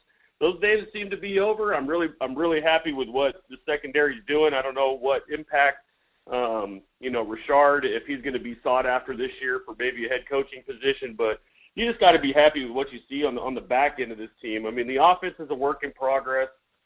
Dak has his struggles. I'm not a big Dak hater. I'm not a big Dak apologist myself. I like what the boy does. He's a big quarterback. He's going to make mistakes, but he doesn't get hurt, and he doesn't get frustrated either. You don't see him getting frustrated out there, which is important. But I'm just really proud of the team, man. I appreciate what you do. You're one of my favorite YouTubers out there. Keep up what you're doing, man. You always keep it real. I'm glad you weren't like another YouTuber out there wanting Earl Thomas. I mean, think about this. If we would have went and got Earl Thomas, where would this team be right now? Saying that he stayed healthy. This offense would not be where it's at if we would have went and got Earl Thomas. Yeah. Point blank, man. Keep up what you're doing, man. I listen to you out there. Thank you. Salute, brother. Yeah, some people did want to give up the first round pick for Earl Thomas. God damn, would that have been a disaster? Oh boy. No doubt. He's not worth the first, but he is. He probably still be on his team next year. So it's just one of those things. He's going to be free 99 next year. I don't know whether or not they're going to make that move. He got to take a hometown discount if he continue to do the things that we are doing now, though. That was my whole notion, man. I like Earl as a player, but I wasn't trying to give up draft capital to go get him. I refuse to want to give up a first or a second round pick. I'm really picky about my draft capital, and I'll even say I was kind of iffy about going to get Cooper for the first round pick, but boy, look, I said earlier before you jumped on, boy, I said, hey man, I want to call the Raiders and see if I can send a fifth over there just for goodwill. Hey man, y'all want a 6 or something just to kind of conditional right there. for the value something to help y'all out because this look crazy right now. Listen, man, Amari Cooper is on pace to get 1,000 yards in 8 games with us. On pace, nasty, which is crazy. From Tennessee to projectedly New York, he could get 1,000 yards with us, dog. Which is wild. Which is wild. Half the season. Which is wild. And shout out to Raider Nation because this is the thing with the Raiders. They thought for sure they're gonna get like, man, the Cowboys looking trash right now. That's gonna be like at least a 3rd overall, a 4th overall, maybe a 6th or 7th overall pick. But guess what? 26. We're winning. Chicago's winning, and then the Raiders fooled around and won yesterday. So, and you know what though? To be fair, yeah, I know a lot of people want to talk about first round picks and how valuable they are. Mm-hmm. This is my thing about the Raiders. The Raiders gave up Khalil Mack. Ooh. And the Bears look way better than what they did at first. They're a playoff team. Yeah. They also gave up Amari Cooper. Boy, the Cowboys offense wasn't even close. We weren't. I don't even think we were a playoff team without Amari Cooper, man. Because some of the, we would lose some games without Amari Cooper. I think that's fair to say. Yeah. Those trades made both those teams clear playoff teams. Clear. Like the Bears probably would have made the playoffs without Mac, but clear playoff team with Mac. The Cowboys will probably be fighting for the 6th seed or something. Hoping that the Eagles drop some games, maybe one of those 8-8 playoff seasons or whatever. We're clearly a playoff team with Amari Cooper. It makes you think that if the Raiders would have just kept Cooper and Mack and figured everything else out, their team probably would be better. Let's look at this right here, Voch. The Raiders are doing everything that the 80% would like for us to do, to get rid of our receiver, to get rid of this defensive guy, and to try to figure out how to get some more draft picks, to get rid of Dak Prescott. That's what the 80% of the Cowboy Nation, not talking to those that's right now that's live on Voch Lombardi page, but I'm talking about the 80%. That's what they wanted, right? Boy, and then on top of that, they wanted the coach for the Raiders, right? They wanted John Gruden. Garrett to bring in Gruden. The Cowboys fans, the 80% of Cowboys fans did want John Gruden up here. They actually considered John Gruden up here. That's a great point, Law. Everything that the 80% kind of want from Dallas is absolutely going on in Oakland. Oakland just letting go of everybody and spent big money on a new hot name head coach, somebody that's a hothead that's gonna cuss at the players, somebody that's angry and not clapping and shit. You getting what you want. You getting what you want. Somebody with a Super Bowl pedigree. You getting what you want. God damn it. Y'all gonna learn today. Y'all gonna learn today. I got another phone call, man. This is Cardinal fan who is actually a Cardinals fan, but he's a Cowboys fan. What's up, Cardinal fan? Salute. Hey, everybody. This ain't Cardinal fan. This is the Real Law Nation calling back. How everybody doing out there in Radio Land? Hey, the Real Law How's it Nation, what's going? good, man? What's up? Happening? What's happening, bro? What's good, bro? Oh, man, I've just been getting it in nonstop. Just wanted to give a shout-out to all the ladies listening today. Sure. Make sure you check out my podcast, The Real Law Nation. Sure. Go in depth as well on the Cowboys. Before I get out of here, I just had a little ditty for you guys to pay attention to, maybe listen to. Goes a little something like this. Every time I close my eyes, I wake up feeling so lonely. I can't get you out of my mind. Baby, you is all I need. Carter, shut your ass up. You're listening to the Making soft you spoon. understand me. Carter fan. I don't give a damn about. Hey, it's for real, though. You don't get your ass on my goddamn phone. That old best man. That's my brother from another mother, no other. Don't look like Danny Glover, but got the dedication to support the nation. That's what I'm talking about. The Real Law Nation is in that thing. That's what I'm talking about. The Cardinal fan. Hey, yo, Cardinal fan on the real, though. How about your boy Dak Prescott, though, Cardinal fan? Talk about it. Yeah, I'm saying. How about Dak Prescott? Oh, man, I'll tell you what. I really just called in to say congratulations to you guys. You know it's popping off when Voch is doing a podcast at 6 in the morning, so you guys are pumped up. All my Dallas friends are pumped up right now. I just want to say congrats. And, yeah, you guys kind of called it out. If anybody's listening, these guys have been calling it out for, I don't know, 2 months now. If you go back, even when the Amari Cooper trade went down, I saw you guys did a nice little breakdown together, and pretty much everything you guys have said has come true. So, yeah, people need to check the tape because these guys are prophetizing over here. But anyways, just wanted to say hope you guys have a great week. And, yes, maybe someday the Cardinals will get on that bandwagon. So we'll see what happens. But, hey, big ups, everybody. Hit the like button, subscribe, drop some money in PayPal if you got it like that. And it's good karma. Let's help both of these guys with their dreams and goals. You know, we can have an impact with just a couple of dollars. So, Voch, Law, you guys are the real deal. Always appreciate it, and have a great week, man. I'll jump off. Yes, Oh, before you go, man, you got to do the close out loud. And remember, go ahead. Let me hear it. What's that? Say that again. And remember, you're listening. Go ahead and let me hear it. Law Nation has a little closing line that goes, remember, you're listening to nothing but the best. Salute. So you got to say that as fake Law Nation. Let me do that. Mustafa Sr. coming at you live and direct. What was the line again? Remember, you're listening to nothing but the best. You're listening to nothing but the best. Remember, you're listening to nothing but the best. Woo! Boy, that made my day. I can't wait till I get back to work. Boy, Cardinal fan, man, you always number one in my book, man. Appreciate you. Yes, sir. We got some super chats here. We got a dime from Steven Benzick. It's going to be the Bears versus the Cowboys in NFC Championships. Calling it now. Boy, won't that be interesting? Won't that be a Voch, before you say the thing, man. What's up? Wouldn't that be nice if Amari Cooper able to catch a ball or a slant against Khalil Mack and then just go upfield? And man, that would be nice, won't it? Oh boy, the Raiders. Oh, the Raiders. Oh, Go that's ahead, Bob. Oh, that's what y'all wanted. We have 8 from Toot Robinson. Salute to 8. Salute to Voch. You're good at what you do. Thank you very much, sir. Ahmed Chiabi. That might be Haibi. Ahmed Haibi. He dropped the 5 in the super chat. Amari Cooper, 922 yards this season. 78 more to reach 1,000. Man. Adrian Lindsay dropped 2 deuces in the super chat. Look at film. Look at Gallup's film. He loafs too much. Sometimes it's a setup. Sometimes, he has nothing to do with the route combination, but he does, that does happen. But it's common though. And Toot Robinson dropped another 4 in the super chat. If we clinch against the Colts, would you rest Zeke? Nah, I think we learned in 2016. I ain't trying to rest nobody. I want to I want to keep our backs against the walls. I want to keep us in gangster mode. I want to keep us upset, mad, and angry. We'll rest in the off season. So, Law Nation, you want to take some more calls? Yeah, man, I love this, man.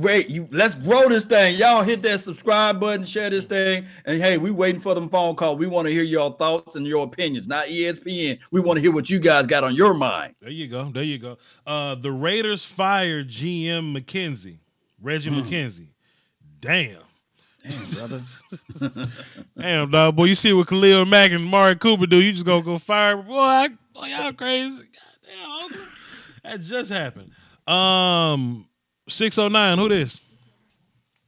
Hey, yo, Voch, this is Luciano from New Jersey. What's up, baby? What's up, Luch? What the water tastes like over there in Jersey, man?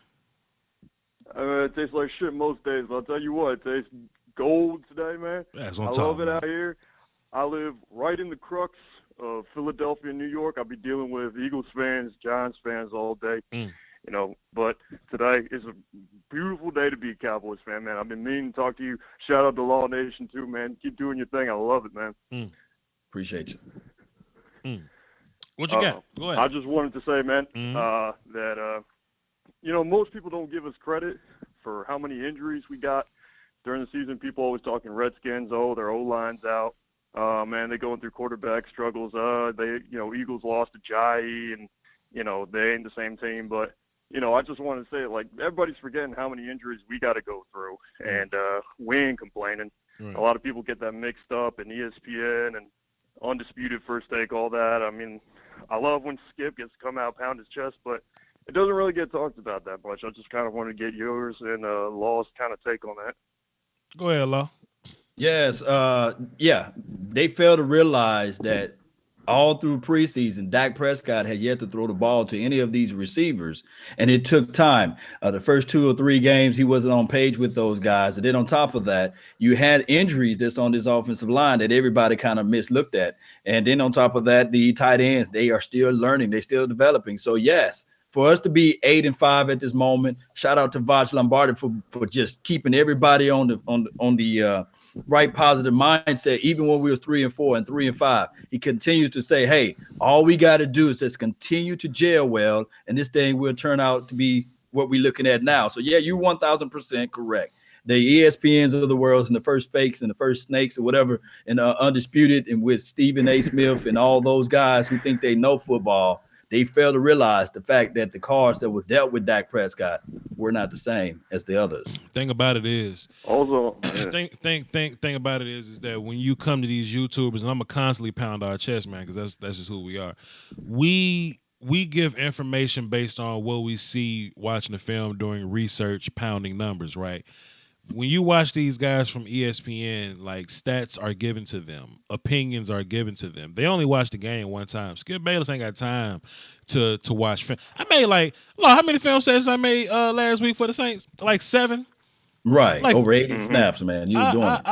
I've broken down 50 or so snaps, last week, for the Saints game, whatever. The mainstream media, they don't have the time to do that. They don't have I would say they don't have the desire or the effort to really do it. You may see Brian Baldinger, he may, put out a little something for the thingamajig, but they got to be responsible for the whole machine. We're Cowboys content. Mm-hmm. We're looking at nothing but us.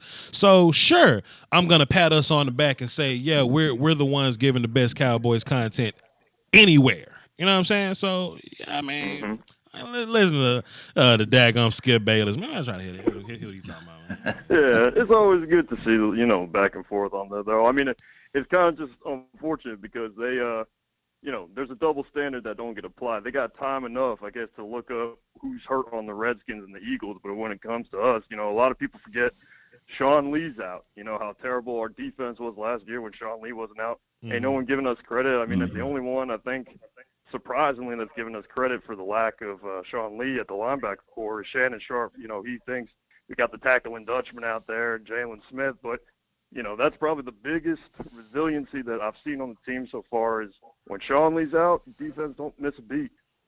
True that, famo. True that. Some people, and boy, Cowboys fans, wild sometimes. Some people were like, oh boy. There go Van Der Esch. The more healthy Sean Lee get, the Van Der Esch looking kind of shaky now. And I mean, look, the Eagles didn't even get possessions really. The Eagles didn't really have the ball. So if they ain't got the ball, of course, Van Der Esch can't make a lot of big plays because the Eagles didn't make a lot of plays on offense. So would you guys chill on Van Der Esch, please, if y'all don't mind? Please cut it out. No. That's all you got, bro? That's all I got, man. I appreciate everything you guys do. Salute. Hey, and, Law, shout out to you. You're listening to nothing but the best, baby. Holla. Appreciate it, Luch. Thanks for calling, bro. Good call, too. Yes, sir. Luciano from Jersey. Man. What are you, a wise guy? Huh? What are you? What are you? Shemaine, what you mean? What do you mean? What do you mean? I look funny to you, huh? Hey, buddy, what are you doing there? Boy, look, I thought he was trolling. He's for real, for real. I said, okay, well, he's not trolling. That's his voice for real. He rolls out of bed with that voice. Okay. Let's go platinum real quick. Keon, what's cracking, bro? My back. Yeah, man. For those of y'all that don't know, Keon is one of my faithfuls. He's actually a Buccaneers fan. We're gonna have to see him in 2 weeks, but y'all almost got the Saints, man. What made y'all not get the Saints, bro?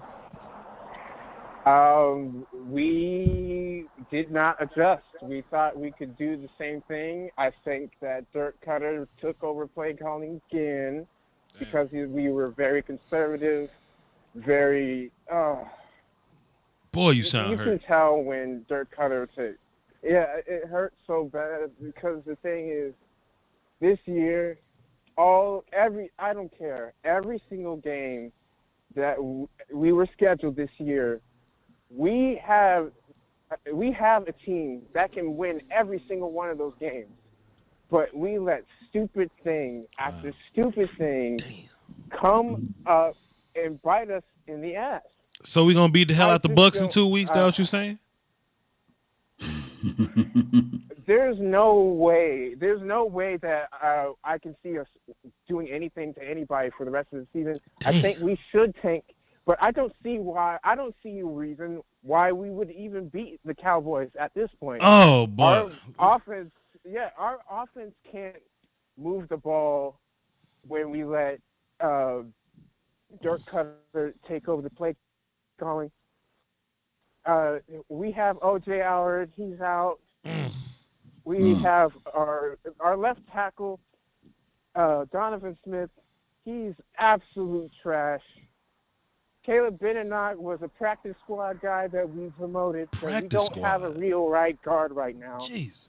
We had the worst line game of the whole year. And that Saints team, we had them. That's the thing. We had all these issues, and we had them the first half. And then we started to play to lose. That's the biggest thing. You can see that there's talent on this team. This team can win games.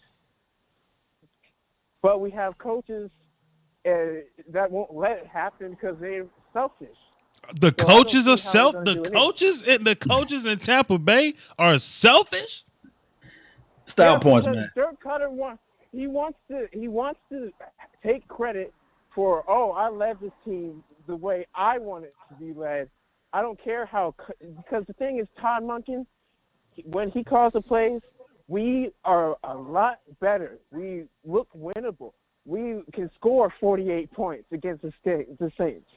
That wasn't Dirk Cutter calling the plays during the games that we had great offense. You can literally look at some of our halves and tell, that's Cutter playing. He's calling the plays now. Oh, he switched it over to Todd because we are suddenly productive. The defense, thanks to Mike Smith being gone, showed out, but they got tired because we kept on turning over the ball. We kept on Santos. He kept missing kicks after James put him. Y'all missing kicks out there, Keon? Y'all missing kicks out there? Yeah. From what I saw from the Buccaneers, but they try to do.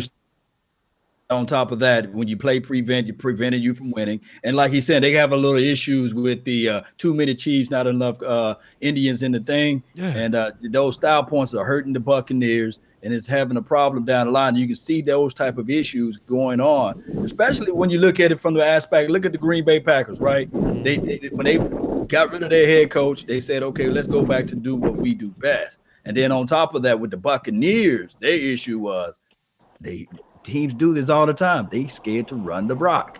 But go ahead. The thing is, it's not that. Well, yeah, he's scared to run the rock. But the thing is, we don't have this is the thing. Peyton Barber is a nice running back. He's a good number 2 guy in the league. He's a change of pace back. Y'all ain't even got to start running back. But we don't. But then Jesus. we got Ronald Jones sitting inactive. Jesus.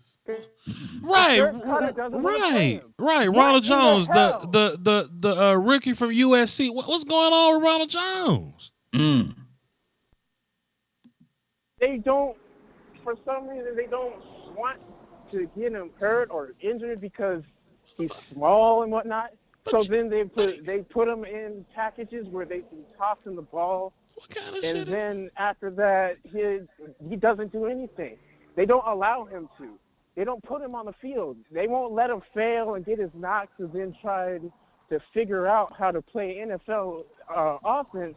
No, they just sit him on the bench, and I'm sitting here looking at our run game like, what are we doing? Boy, Keon, that's depressing, man.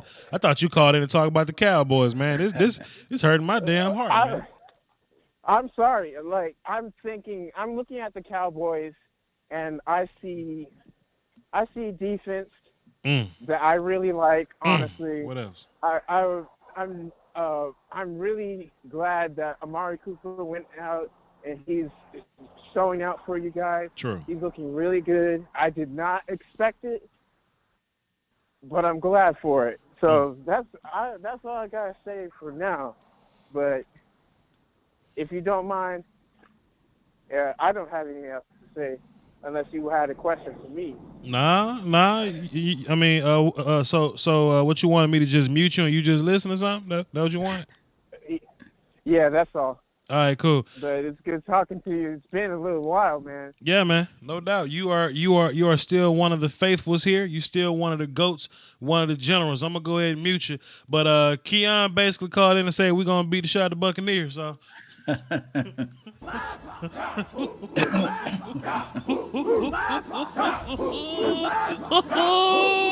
wait to beat the shit out the Buccaneers, boy. Yeah, they misfortunes is our gain, man. I appreciate the confusion there. man, Law. Let me tell you something. My goddamn war call got me through the game last night, Law. I'm not gonna lie. I get it. Look, I know this. Well, it's not fictional. It's actually a Swahili war call or whatever. But it's from Black Panther Infinity War or whatever. But boy, when I play this, I get crunk, Law.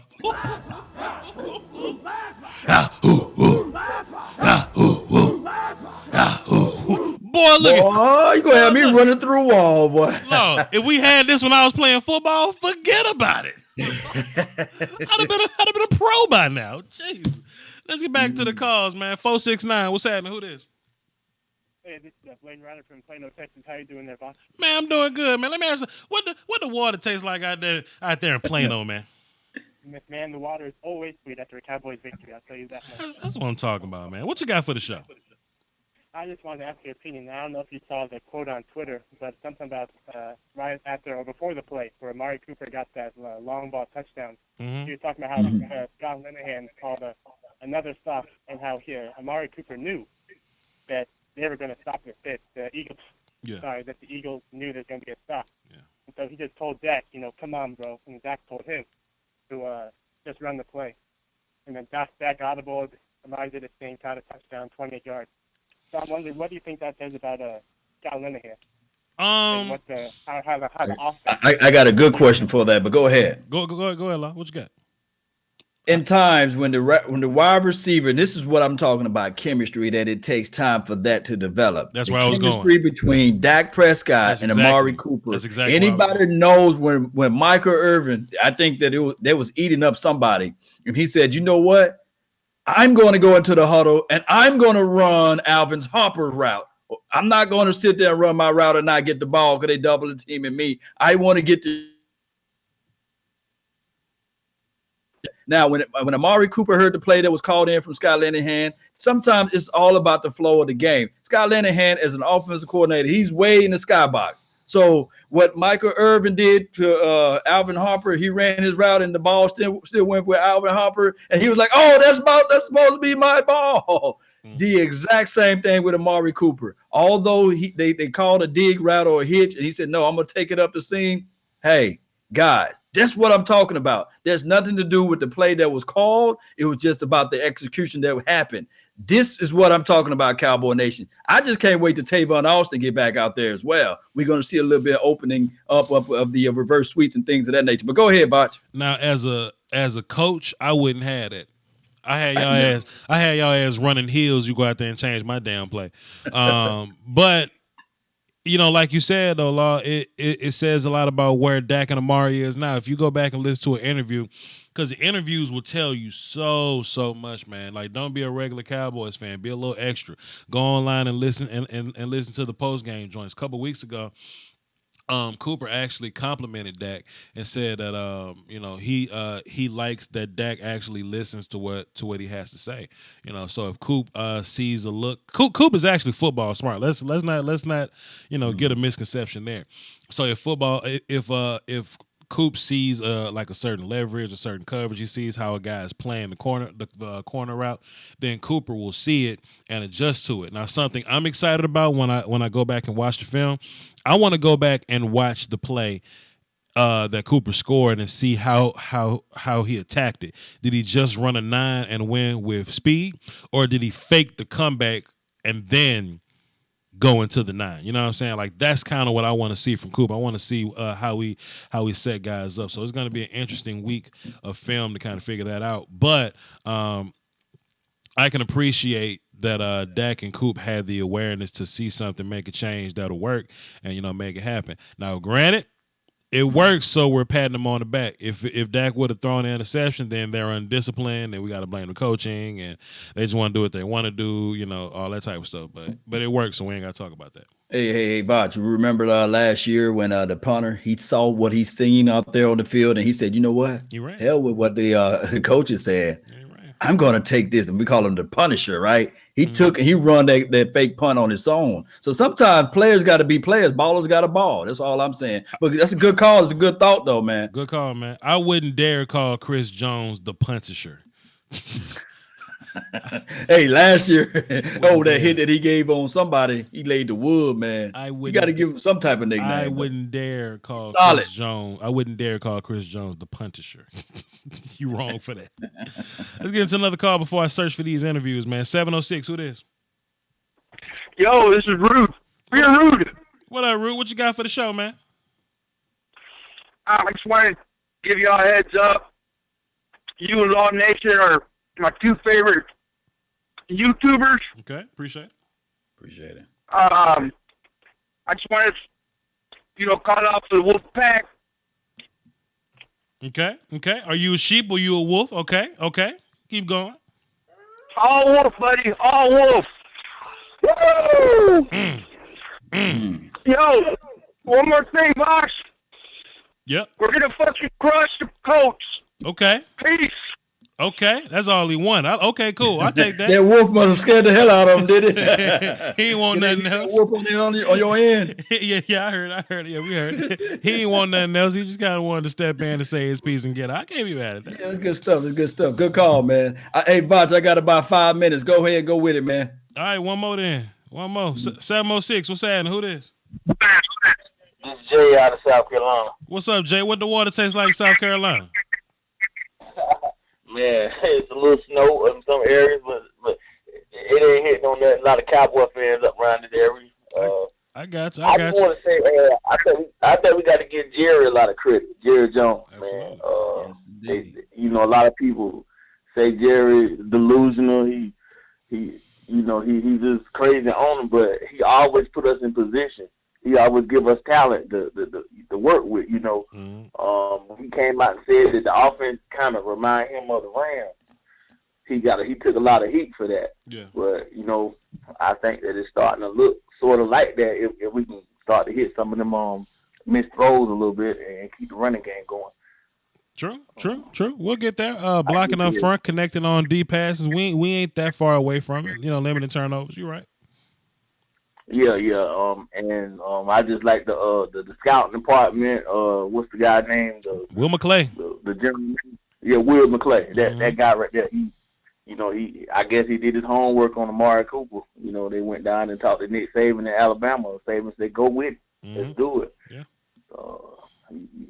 You got to get the Cowboys credit. You got to get the front office credit. I know a lot of people don't like Jason Garrett. They call him the clapper, but hey, he doing his job. Yeah, let him know, man. I'm pro Garrett all day, so let him know. Oh man, when you say I don't care for the offensive coordinator, but I don't care for him. I don't care for Scott Linehan. Yeah. Probably about to get Scott up out of there. Probably. He's probably gonna have to fall on the sword, man. But it is what it is. I wouldn't hate it. And Kellen Moore too, cause I know. Okay, I ain't with you on that. I ain't getting somebody come. All right, man. Appreciate it, bro. All right, Bob. Yeah. Law, you got to bounce, get back to work, dog. Law Nation. Press conference when he said such and such, son of a bitch. You know what I mean? I'm trying to keep you PG-13. I don't want to cuss on your show. You know how I go. But that's everything I need to know, man. So I don't care what else it is, wherever it is from here. Hey, I'm gonna let the chips fall where they may. Yeah, whatever happens, we in now. This the end game, Law. We're in the end game now. Yes, indeed, man. Hey, I know I'm finna jump off your show, Voch, man. I really appreciate you for allowing me to jump on this platform with you. Yeah. Cowboy Nation, y'all staying strong, silver and blue all day to the day we die. And on top of that, Voch, man, just continue to grow this thing. Support the nation, guys. Support Voch Lombardi and his whole entire party, man. He get this thing going one way or another. Appreciate you, man. Plug your stuff, man. Oh, man. Find me on Law Nation. Just type in LAW Nation on Google. You will see it there, especially on the Twitter. Just type in Laws with an S Nation and Instagram as well. And just hit me up, and I'll try to get back with you all. And remember, you're listening to nothing but the best. Salute. I'm out. Peace. Peace. All right, bro. Appreciate it. We're gonna keep going though, man. We got a couple other things to get into. We got to finish looking at stats. We got some more calls. We taking your calls as long as you want to take them, man. Hell, this y'all show. It's y'all show. I'm just providing this avenue for y'all to call in and respond and get your thoughts off. Salute to anybody that want to drop something in the super chat. Anybody want to drop something in the Patreon. Anybody want to drop something in the PayPal, all those links are down there for you. I'm looking for the Dallas Cowboys YouTube page so I can try to find those interviews so I can actually get a real quote on Amari Cooper and what he said. Dallas Cowboys. So we can get an actual quote on what Cooper was saying last night. So let me get into a call while I find that. And we got my mans up in here. Boy, $100,000. What they talking about? What $100,000? What the big talking about? Man, What? you know. I tried to hit you yesterday, man. Yeah. I tried to hit you yesterday, but you must ain't had the calls on, man. I called and it was some elevator music on. I said, wait a minute.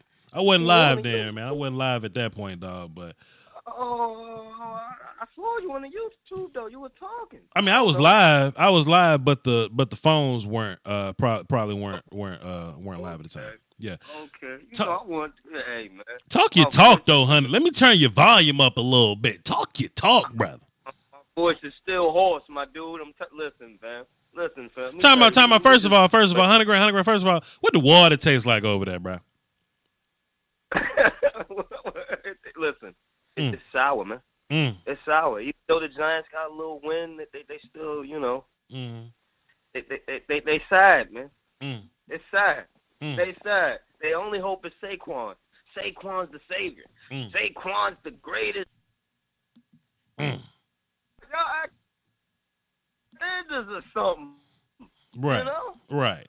So they hurt, man. They still like, should Eli play another year? Listen. They put the backup in there yesterday, and he threw like a pick.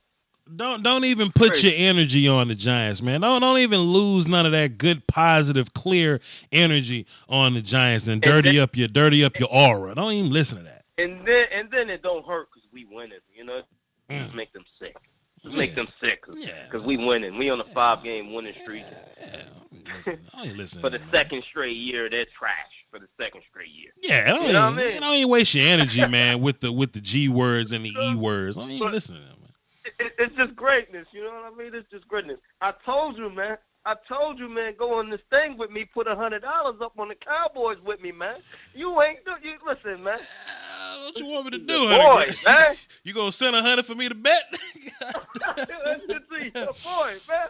I mean, ever since I told you that, have we lost? Nah, but we ain't lost since I've been live streaming either. We don't know if you the reason for the winning, dog. Like, what you I can't be betting on stuff that ain't got nothing to do with me. I bet on me. I ain't betting on them. You know your team, though. You know your team. Though. I love my team, but I don't know the other team.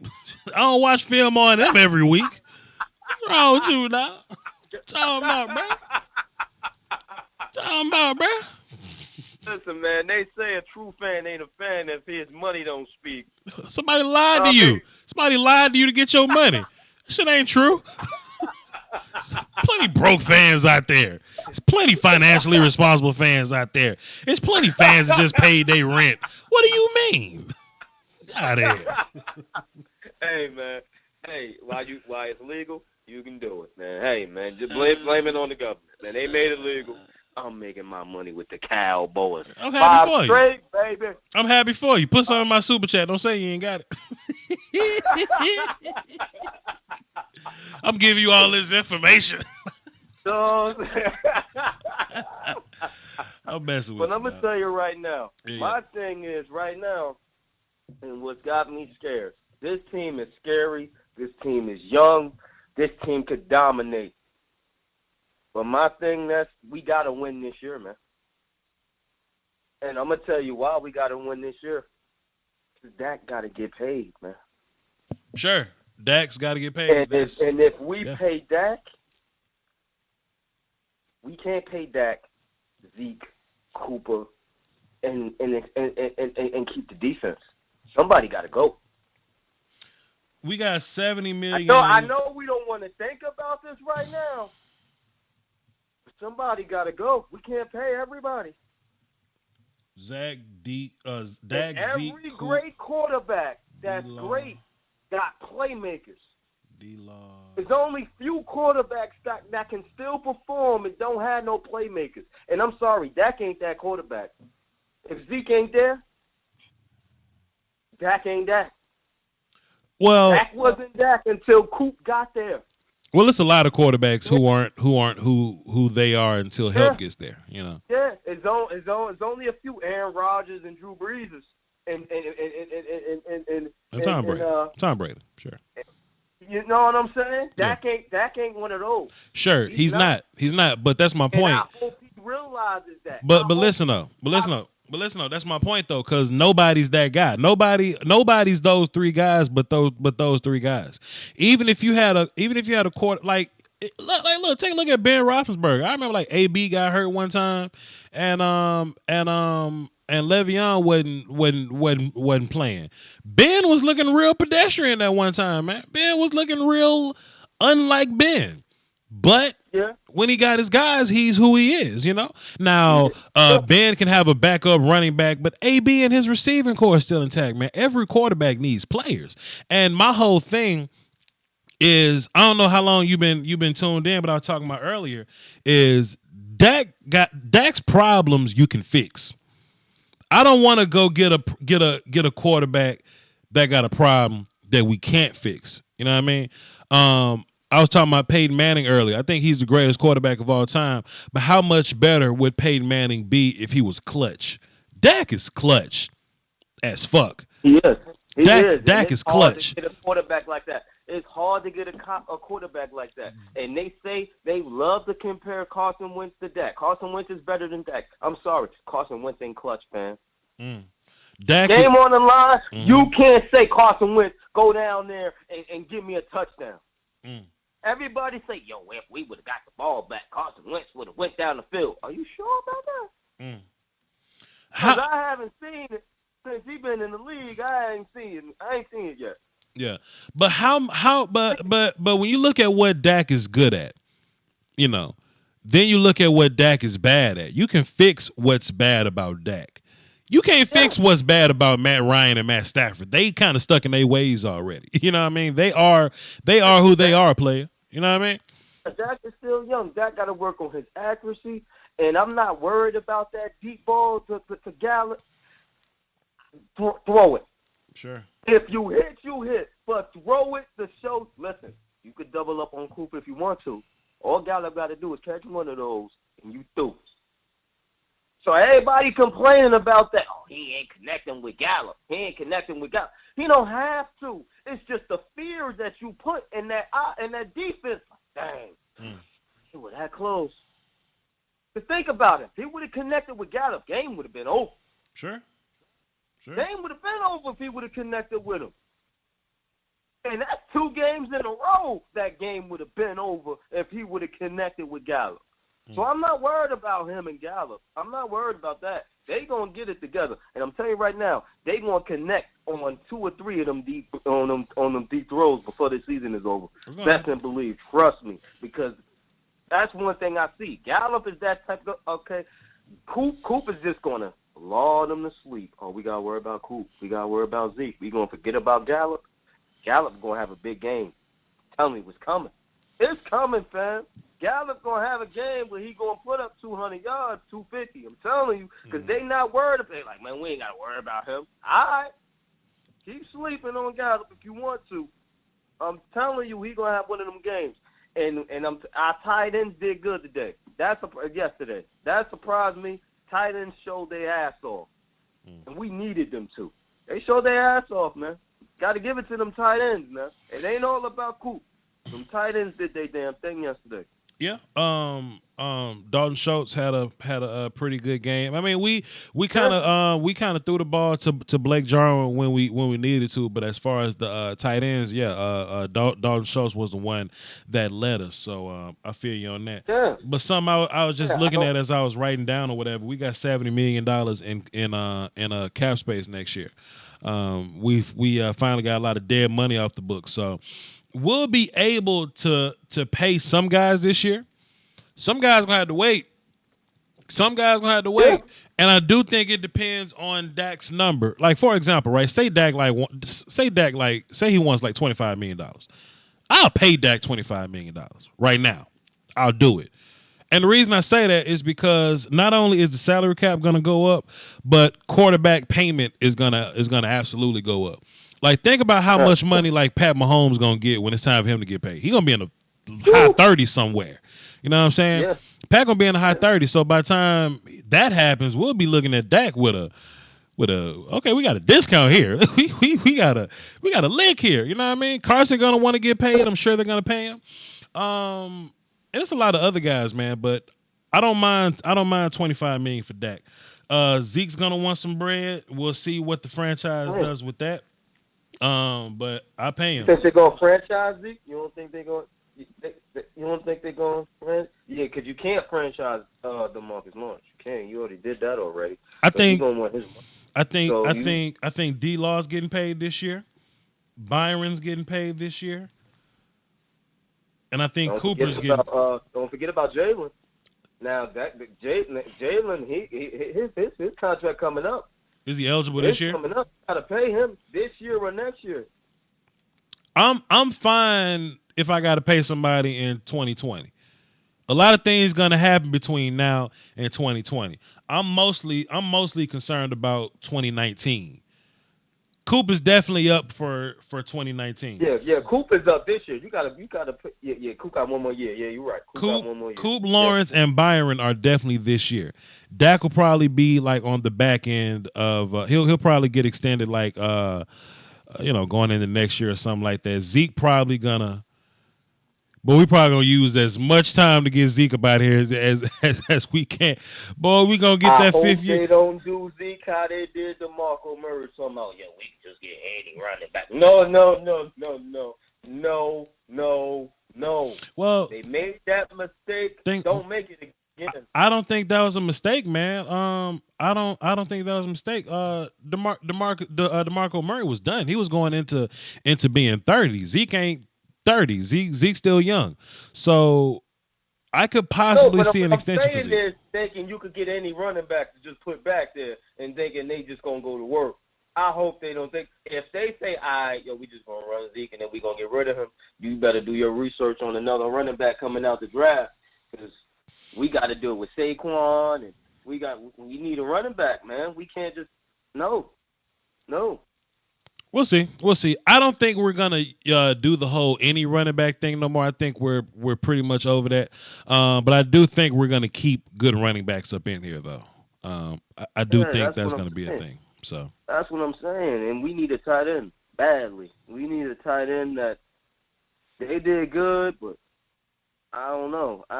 And what they gonna do with Rico, man? They should just trade him because they're not using him. See if you could get a great draft pick for him or something. Because who the hell gonna trade a draft pick for Rico Gaines? I don't understand why Gaines? he on the sideline just taking up space. I don't get it. Well, we see what we see. I think there's a lot of stuff going on in practice that we don't know about, and it's not like there's a bias or anything like that. You know what I'm saying?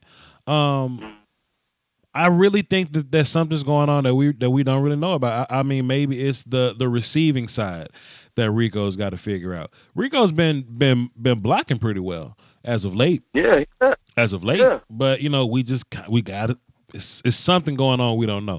I doubt Rico's the best tight end in that room, and we just not playing him because we not playing him. I don't think that's the case. We even rotate tight ends. Everybody get catches in the tight end room. So I don't think that's the case. But we'll see. My thing is he's a mismatch when he's out there, man. He's tall, man. Like just by his presence of him being out there, and you throw it to him one or two times, and be like, okay, all right. All he got to do is touch the ball one time. That had him like, all right, we got to double up on him too. Imagine now, he out here, and you got to worry about him. You got to worry about Zeke. You got to worry about Coop. You got to worry about Gallup. And you don't forget about Bees coming down. You know what I mean? Like this offense could just. I got a feeling they're going to explode. They're going to put up another 40-point game real soon, man. And the thing about it too, who we play next?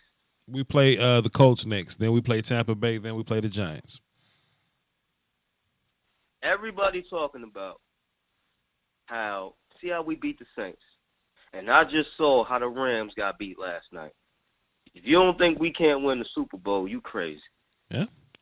Because the Bears took them apart last night. Defense. And we got a better defense than the Bears. I'm sorry. Defense. We got a better defense than them. Yeah. And we got a better offense than them. Ty Gurley didn't do anything last night. They put the clamps on that boy. Yeah. I'm looking at that game like we beat the Saints and they turned around and beat. And these two teams that I don't know if y'all can get in a shootout. Y'all can't beat these two teams. We just seen ain't no shootouts happen. You can shut these high offenses down. I'm just saying, man. Hey, you think we can't win the Super Bowl? You crazy? We might do it. We'll see what happens, man. We'll see what happens, and man. Hey, I don't even want to speak all into the future like that, man. We gotta beat the hell out the Colts, and we'll see. I don't either, but I'm looking at the landscape. Yeah, and it's like we winning games and we making it hard on ourselves. Yeah. We make that game yesterday. We made it penalties. Turnovers. Penalties wheeled his head yesterday. And Dak wasn't connecting on his passes. Imagine Dak get on his A game. We blowing teams out if Dak get on his A game. Sure. He hasn't got on his A game yet. Sure. Think about that. He hasn't had one of those games where you're like, dang, Dak was on fire today. 450 yesterday. 3 TDs. Yeah. 3 to Cooper. And he was missed 450 and he missed throws. Yeah. Could have had 500 yards yesterday. We'll see what happens, my guy. We'll see what happens. But I ain't really trying to get into contract talk because that may hurt my feelings. I'm just writing it down. I ain't want to do it. I'm just writing it down, man. We got 5 big guys: Dak, Zeke, Coop, D-Law, and Byron. I think we can pull it off. The front office, man, I think they ain't lose their mind overnight, man. I think they good enough to figure out. I think ready. And one thing that makes me confident about the front office, they came right out and said it before the season started. We want to extend that. Yeah. We prepared for that. Yeah. So I think they already said, okay, this is the amount of money we put into this. They already put that money to the side for Dak already. So which shows me they already got this thing. They already know what they're gonna do. They know what they're gonna do already. We just need to understand that we're gonna have to lose some of our favorite complimentary players, though. Guys like Antoine Woods probably won't be here. I don't think he's gonna be. I think Bees might be gone. Guys like Bees probably gonna be gone 100%, sir. Terrence Williams is he on the team still? Hey, if he's still on this team, boy, we gonna have to clear some space. We gonna clear some space with Terrence ass, boy. Oh, we gonna cut the shit out of Terrence and clear some space with that boy. if he ain't cut already, he ain't cut already. We would have been heard about that. So that means he's still on the team. Boy, Terrence Williams about to be smooth about the paint. Yeah, he's gone. When He's it's time gone. to He ain't crunch gonna be them there numbers. next year. Yeah. And another thing that got me for Will McClain in this draft class, man. Yeah. He hasn't missed. He ain't missed. He hasn't. Tell me when he's missed. Let me know. He ain't missed on nobody round 5 and up. I tell you that. Rounds 5 and up, Will McClain ain't missed. I'll give you that. And that's one thing that Giants fans are crying about. They've missed on their drafts. People say drafts ain't important. Drafts, they are. Shit. If you got people that know what they're doing in there. Because the Giants have missed on 2 or 3 draft classes. 2 or 3 draft classes. Their draft picks not even on the team no more. That's why they in the predicament they in now for the past 2 years. Predicament. Talk to him. Yeah, because their draft classes are terrible. They missed them. Hey, Saquon, they only hit Saquon and Odell. Everybody else, where they at? You don't even know their names. BJ Hill is okay. Yeah. I like BJ Hill. Yeah. You know. Yeah. Lorenzo Carter can run around. He'll probably develop into a guy. I'm a big Hernandez fan. I just think he's playing out of place. He's in the wrong system. But yeah, I feel you. I feel you. But to get guys that could just come in and play and make an impact. Sure. Ever since Dak and Zeke. Sure. We've been on fire. Yeah. With this plug and play. Yeah. Come in and go to work. We've been on fire ever since Dak and Zeke. Taco about the only one, but I think Taco gonna grow and get better. It's just that I think Taco, man. I he don't just know. gotta grow. I don't know. It might be that, or think about who he ahead of. Think about who ahead of him. Man. That's the problem. It's hard to be better than Randy and D-Law. Ooh, look. Really called Taco a bust. He ain't getting no playing. Look. He got too much talent, man. I love Taco and I love Dorrance Armstrong, but it's hard for y'all to get reps when doggone Randy Gregory and Tyron Crawford playing the ball of their life right now. I'm sorry. That's what I'm saying. That's what I'm saying. I'm sorry.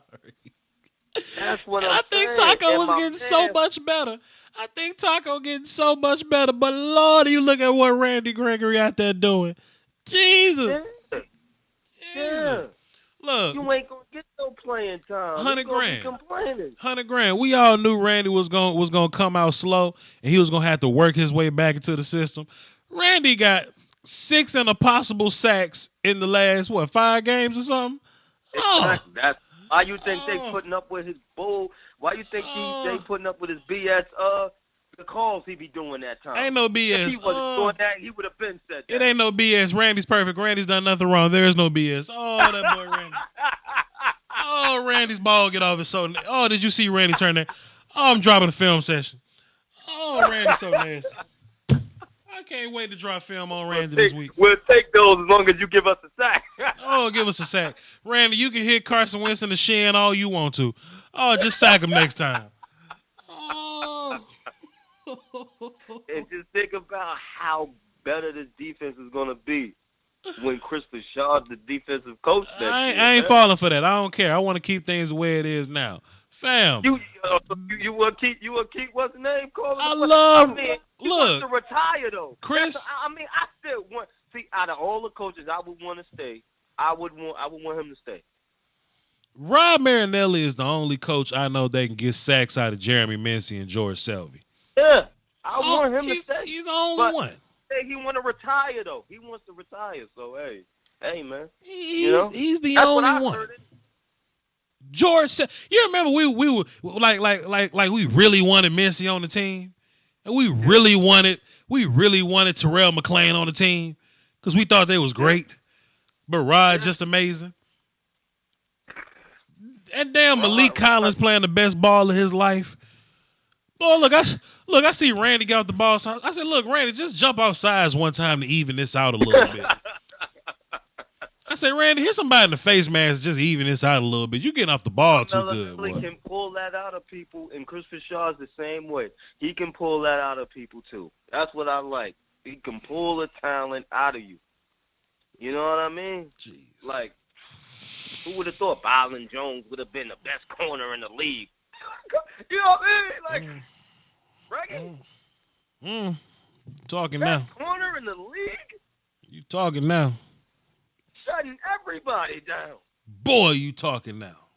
And they had him at safety. What's wrong with you? Well, we needed him as safety, $100,000. Damn, we needed him as safety. I know we did. But come on, man. But we needed him as safety, $100,000. He should have been kicked Brandon Cobb. I want to curse. Bum ass off the team. Go ahead, bum ass off the team. Yeah. Yeah. He said, Byron Jones, take that spot. I'm with you. I got you. I agree. But damn, we didn't know. It took Chris Bouchard to get here to see that. We didn't know. We didn't know. We know now. God damn it. We know now. Shit. Now, Brendan, man, come on, man. Now Byron gonna want a check now. He gonna want like 10, 15 million a year now. I'm the best corner in the league. If all he want is 10, look, if all he want is 10, God done blessed us. Byron gonna want more than 10. Byron gonna want that Brinks truck, boy. Oh, boy, look, these agents ain't gonna make it easy, man. But the Cowboys know how to make room for people. The Cowboys know how to make room. Boy, Tyron Smith got that button we'll hit. Then out of nowhere, we get $10 million out of nowhere. Zach Martin got a little button we can hit. Boom, $8.5 million out of nowhere. Just freeze up. And you know what? You're right. You're absolutely right. We do it when we need money to get off the cap. We got a lot of buttons. Plus, we're going to get rid of a lot of guys. Terrence Williams, boy, you better start visiting Pittsburgh. His contract was guaranteed, though, so we ain't getting no money from him. His contract was guaranteed anyway. From Terrence Williams? Yeah. It's guaranteed, but it ain't going to be on the books next year. Nope. Free that thing on up. Free that $4 million up so we can get it to somebody else. You know what I'm saying? Get your goofy ass up out of here. Crashing the Porsche or the Ferrari, whatever you was crashing. I don't understand what's wrong with you, fam. I don't get it. Get your goofy ass up out of here. Man. Terrence Williams broke up with Demetria Obalor. Get Terrence Williams up out of here. Get Terrence Williams up out of here. $100,000. What else you want? Being on my phone for 30 minutes. What the hell you want? That's it, man. That's it. Just talk some Cowboys football, man. I'm trying to put money in your pocket, fam. You know what I mean? Thank you, sir. Thank you, sir. The super chat's down bottom and all the and the PayPal's in the description. And the Colts. I mean, I'm not saying if we lose against the Colts, I ain't gonna be mad. You know what I mean? I would love to win out and us go 11-5. That would be great. You know. I'm going to just tell all the fans, don't jump off ship when we lose one of these games. Oh, you know how Cowboys fans be sometimes. You know that. You know they are. You know, yeah. If we lose one of these games, only way I'll be mad is if we lose to the Giants because I'm trying to go to that game. So if we lose to the Giants while I'm there, I'm going to be pissed off. I don't care if we have it wrapped up Beat their ass. There you go. All right, man. Beat their ass. Appreciate it. Get the hell off my phone. All right, man. Call me next week, Doc. All right. Yes, sir. Boy, 100 grand's a good call, man. Boy, oh boy, 100 grand is a good call, man. Anyway, let's get into some more stuff, man. Just Google Terrence Williams, man. Yeah, he gonna be up off the team real soon, like real soon, like. Anyway, let's move on here. Let's move on. I found the Cowboys YouTube page or whatever. I'm about to get into some interviews here. I didn't listen to any of these last night. Listen to them now. We're gonna open up. Let's see what young Coop talking about. We got Coop, Jerry Jones. I ain't gonna listen to Jason. Jason's gonna say the same thing he always say. And I listen to Dak. Listen to what young Dak got to say. We'll listen to Dak first. Because Dak the quarterback. We gotta respect the quarterback. We gonna respect the quarterback and listen to Dak first, man. We're gonna listen to Dak first. Dak, Jerry Jones, and Amari Cooper. We're gonna listen to them. We even got some Zeke, some Jalen Smith, and some Woozy in there. We're gonna listen to all these people, man. We're gonna listen to these interviews, man. Let's first of all, let me mute the thing. Let me mute my page or whatever, because I ain't trying to hear y'all ads. I don't necessarily get direct revenue from y'all ads, so I'm about to mute this thing so y'all don't hear them. Oh, we not getting double time. Not no double time up in here. Here we go. So we got there. Boy, my computer love to act wonky when I need him to not be wonky, man. This is crazy. All right, young Dak Prescott, Ryan Dakota Prescott. Let's see what you're talking about. What are your emotions after a game like this, Dak? Everywhere, honestly. I don't know if there's one word that sums up all the emotions I felt tonight and all the emotions that I guess overcame me right there at the end of the game. But I'm excited for one. Excited and just thankful for this team we have. This team, this coaching staff, and be able to continue to fight. And when things were up, things were down. A team that never wavered, that never blinked, that never doubted us coming out on top. I'm thankful for that, honestly. Where does that never waver, never blink, never doubt come from? Just the group of men we have. I mean, just the commitment we made to each other going way back into this offseason, and just the commitment that we continued to make throughout this season, even when things were bad, when we were 3-5. Just being able to stick together and knowing that the team we had, the talent we had, the guys that we had, that we could see ourselves in this position, and even with a tough game like tonight, to be able to come out on top when things were up and down. Nobody ever blinked. Can you take us through that last play, the touchdown to Amari? Yeah, I mean, obviously they're bringing all out. We knew they were bringing everybody. Made the protection call. Offensive line did a great job. I think a couple of guys probably made Superman blocks, blocking two people at once. And just knew I had to get the ball out. And the defender actually played it pretty well, being inside right there. But Amari running his route, being strong, was still able to go make an attempt at that. And ball popped right back up into his hands, and it was just great. Has Amari been even better than what you expected when the trade happened? I mean, I don't know. I mean, as I said, I've seen this guy play for a long time. I mean, playing against him in college, I knew just how great he was. I was almost, I guess I can say, I'm astonished that we were able to get that trade. And so I guess if you say that, I'm like, well, if we're getting a trade like that, well, what's wrong? And then to get him and to see everything turning out and playing out the way it is, we're very, very fortunate. What were your thoughts when you realized you really were going for that 4th and 1? I never doubted that Coach Garrett would go for that 4th and 1. Our backs have been against the wall for a few weeks now, and it's always, and he preaches how it's about going forward, going around, going over our obstacle, whatever we have to do. And I think that exemplified that right there. In overtime, 4th and 1, believing in his guys and just us going out there believing in each other and being able to execute and Zeke another hard 2-yard run to keep the game going and give ourselves a chance. For a better quarter, three quarters, you got 2 interceptions and a fumble. Right. What flipped? Nothing. I mean, honestly, I just stayed true to myself, stayed true to what I was doing, and didn't get down on myself. And as I said, I mean, I credit my teammates, my coaches, everybody just believing in me and letting me know that on the sideline. Going in that overtime, I mean, I told Cooper Rush after the game, he said, don't blink, you're the best at it, and that meant a lot to me at that moment, just to go out there and know a guy that I mean, in a way, compete with for jobs. You know what I mean? I mean, a guy that we put in a shared commitment, and just for him to say that was just a simple like, he's got my back. This whole team's got my back, and that was special. Did your mind flash back at all to your rookie year against these guys in OVT? It did. When we went out there to the coin toss, it did, and I said, well, some things, you know, just kind of happened that way, and I said, well, I guess we've got to go finish it off the right way, and we're able to do that. What has changed for you in the fourth quarter? I mean, it seemed like you, on this win streak, you've had strong fourth quarter Boy, reporters ask dumb questions. Boy, oh, drives, the game-winning drive, just like today. And certainly you were lights out in the fourth quarter and overtime tonight.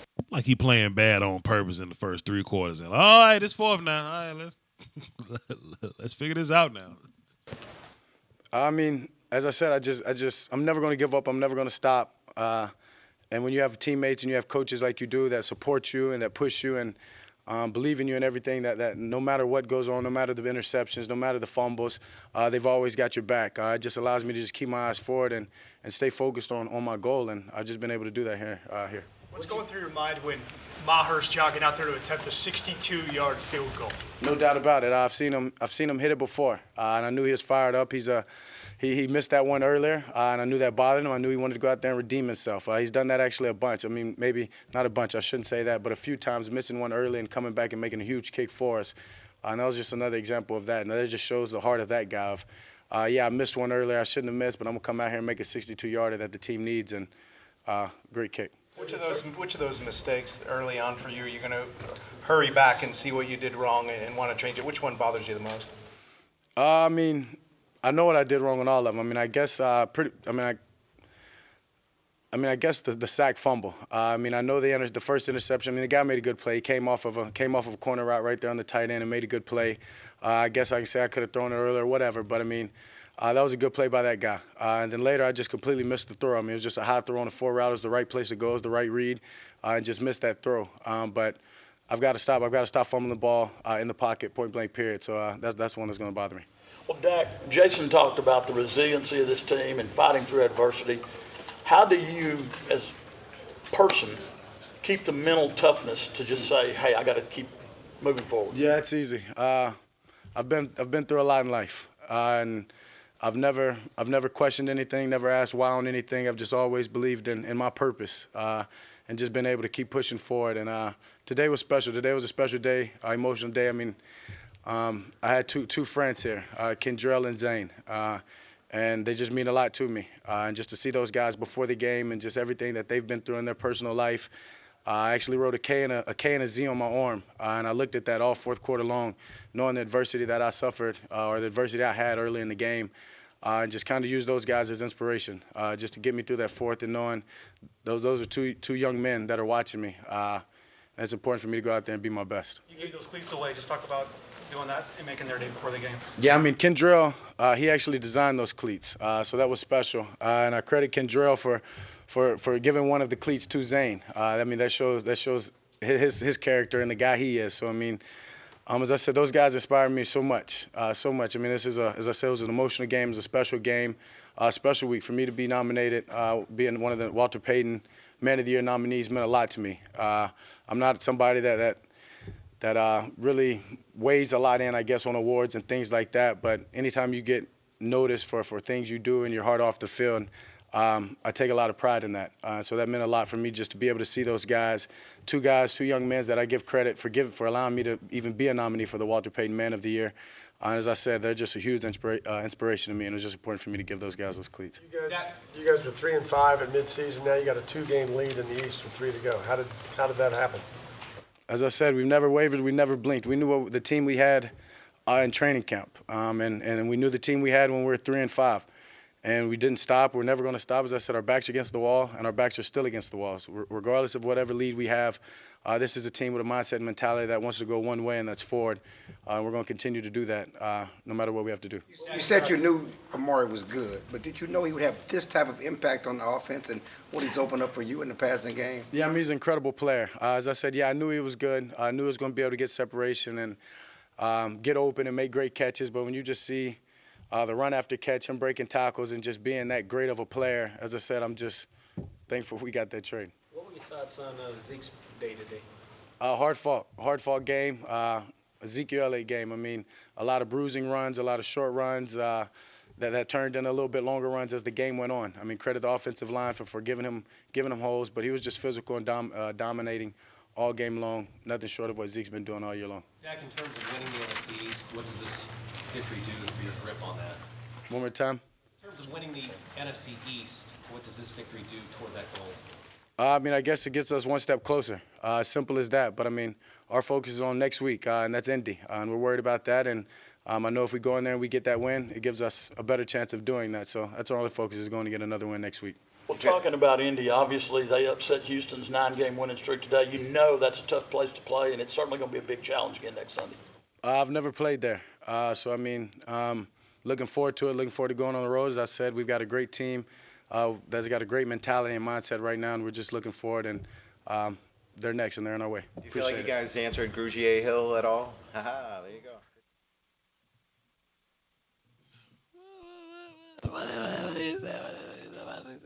Boy, these reporters, dog.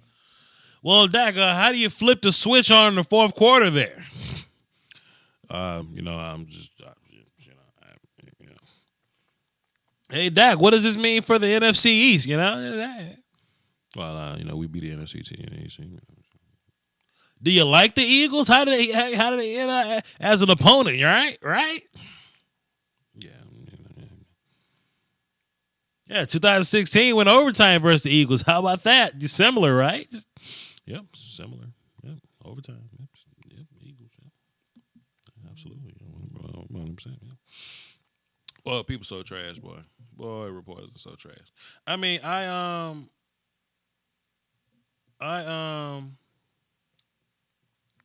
was I about to say? I mean, I know it's a hard job to ask people questions, I won't call myself a reporter, but I definitely do media stuff now. And sometimes asking questions can be a bit hard. I be winging it, but I think I asked some pretty good questions. But boy, some of these questions be wild to me. What does this win do for the NFC East? Motherfucker, you know what I mean? Your goof ass up, dog. That shit crazy. How do you feel about Grugier Hill's comments? I wanted to ask, I like Grugier Hill's comments. I appreciate it. Come on, fam. Let's get into Amari Cooper, what the young GOAT was talking about. Let's see. I need to... Sadat MacArthur dropping the 5 in the super chat. Salute to you, sir. We're about to listen to Amari Cooper. So I need to get my game face on when we listen to Amari Cooper talk. We need to get ready. Let me find my gift. Let me find the gift for Amari Cooper. Where my OBS at? I need my OBS. Give me the OBS. Let me minimize that. That's bad. I'm not gonna listen to Coop until I got Coop on the screen. I need Coop on the screen. My computer crapping out on me. Okay, cool. It's all good. One day we're going to drop the bag. We're going to get a new one, though. We going to get a new one, y'all. I promise. All right, cool. We're going to put Coop on the screen. We're going to listen to what young Coop was talking about. We're going to listen to what young Mark Coop was talking about. We're going to listen to what Mark Coop was talking about. Go hit play. Nobody press in and everybody's good. Boy, Mark Cooper. Mark Cooper, like he about to go to prom, boy. This goddamn red on, boy. Mari, when you saw that they were playing zero coverage on that play, at what point do you know, okay, I want the ball in this situation and I want it with the game on the line? Yeah. For example, Cooper, when you see that they playing zero coverage, all man across the board, no safety, right? What makes you think you want to get the ball right there? Well, Mark Cooper's a nuanced route runner. He's a man beater. He beats one-on-one coverage. It's been that way for years. Don't ask what Amari Cooper thinks versus zero coverage. He thinks the same thing he's been thinking when he sees zero coverage his whole football career. Zero coverage is zero coverage across the board, G. Zero coverage in middle school football is the same zero coverage it is in the National Football League. Jump on now. I mean, there's kind of two sides to that coin. I knew they were playing cover zero, but I've also been running a lot of slant routes since I got here, and I beat them on a lot of slant routes, beat them on a couple in this game, and I knew 32. We had kind of been talking throughout the game, and he had kind of been sitting on a lot of routes. I knew I had the slant route there, but I knew he would sit on it. I knew it was cover zero. So I tried to sell the fade. It still didn't really work. But, I just stayed with the ball, and there you have it. 6 points. Listen to the nuance there as a receiver, what he's thinking. Like he knew he's been running he knew he's been running slants. There's a possibility he'll sit on it. Selling the fade. Well, selling the fade. That's what a nuanced route runner does. They think. They sell things. They give illusions. You know what I mean? In the first half, how confident were you guys that you would be able to get something going? You just broke out big time in the second half. Yeah, we felt like we dominated them the whole first half, but we had a couple penalties in the game that kind of weren't good for us. We couldn't convert when we were in the red area, but we felt like we dominated them. We felt like if we eliminated those penalties in the second half, we could go out there and score some points. The red area. 3 touchdowns in the game. Do you remember a game like this where you've been able to, really be the focus of an offense and take off the way that you did today? I feel like that's that's who I am. I feel like I can make those plays and to help my team win. I did it in college a lot, in Oakland. I did it sometimes. But my whole goal is just Yo, I'm that guy, man. I know I got big playability. Did it in Alabama. Yeah, okay, sometimes I did in Oakland. just to be more consistent and be able to provide that type of play for my team every week. Winning streak, they say winning cures everything, right? But here you are now, 5 in a row, after going from a place that it seemed like it wasn't going real well there. How much is this rejuvenating? Just overall, your love of the game and everything involved with this. Yeah, I told Aaron Andrews that, this is really a dream come true. When I thought of playing in the NFL as a youth, this is the perfect example of that. From everything from the city, the facilities, winning, watching that defense out there, watching his offense out here. It's a dream come true. When people said that the Cowboys overpaid for you, did you hear that? Of course. With social media, you hear everything if you're on there. But I know what I'm worth, and I know I can play football, so it didn't really bother me. On the 75-yard touchdown, was that something you had to be patient to set up at that point in the game? It's interesting because I actually had another stop route on that play, and they were, if you was watching, they were like really sitting on those stop routes, man. And I was like, this is ridiculous. So when I broke the huddle, I was kind of mad, and I was like, Dad, come on, again? He was like, just run it, bro. And then I guess he thought about it again, and he kind of signaled a go route. And I was elated when he did that. And I took off, caught the ball, and scored. How happy are you to be a Dallas Cowboy after the trade? I know it's been a couple weeks now, but the fact that you're making plays like this today on national television, and the Raiders are where the Raiders are right now, how special is it to be a Dallas Cowboy? It's special. Obviously, we're winning, and that's the goal. It's fun when you're winning. So I'm having a lot of fun, happy to be here, happy with my new teammates. Amari, when you said that Dak signaled you, do you mean a hand signal pre-snap, or was it like a little thing? Yeah, thing?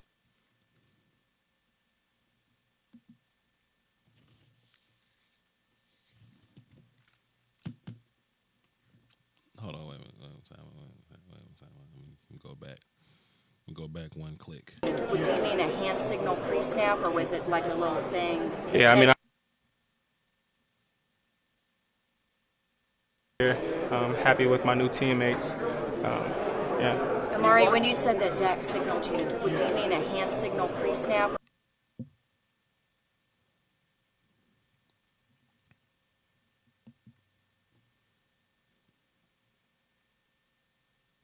I might be missing something. When you said that Dak signaled you, do you mean a hand signal pre-snap, or was it like a little thing? Yeah, thing that as you were running around. Yeah, So, Coop, like if you're signaling Dak and you don't want to use a hand signal, do you take a flare out of your pants and you light the flare and you shoot a flare gun in the air and signal him that way? Pull out a flag or something and do you do a little dance over there to let Dak know you how else do you do your signal in football? Right, when you said that Dak signaled you, do you mean a hand signal pre-snap, or was it like a little? What about a foot signal? Did you take off your cleats and your socks and did a certain toe configuration that you and Dak kind of know, that nobody else knows? Jesus. Do you mean a hand signal pre-snap, or was it like a little thing? Yeah, I mean, thing that as you were running around. Yeah, I already gave you guys too much information, but yeah, it was a hand signal. I guess we'll have to change it now, but yeah. When you walked into the tunnel here and walked in, it almost looked like you were emotionless. I mean, just all business. I mean, anything change? I mean, are you just one of those guys that it doesn't matter high or low? I mean, when you have a game like that, it didn't seem like you were riding high, running in, screaming and yelling as you were coming down the tunnel after the game. I mean, yeah, obviously, I'm a veteran now. This game has its valleys and peaks for sure. So I just try to stay level, and I guess that's what you saw. What does a win like this say about Dak being able to overcome some mistakes, a little bit of adversity to drive down the field and win it?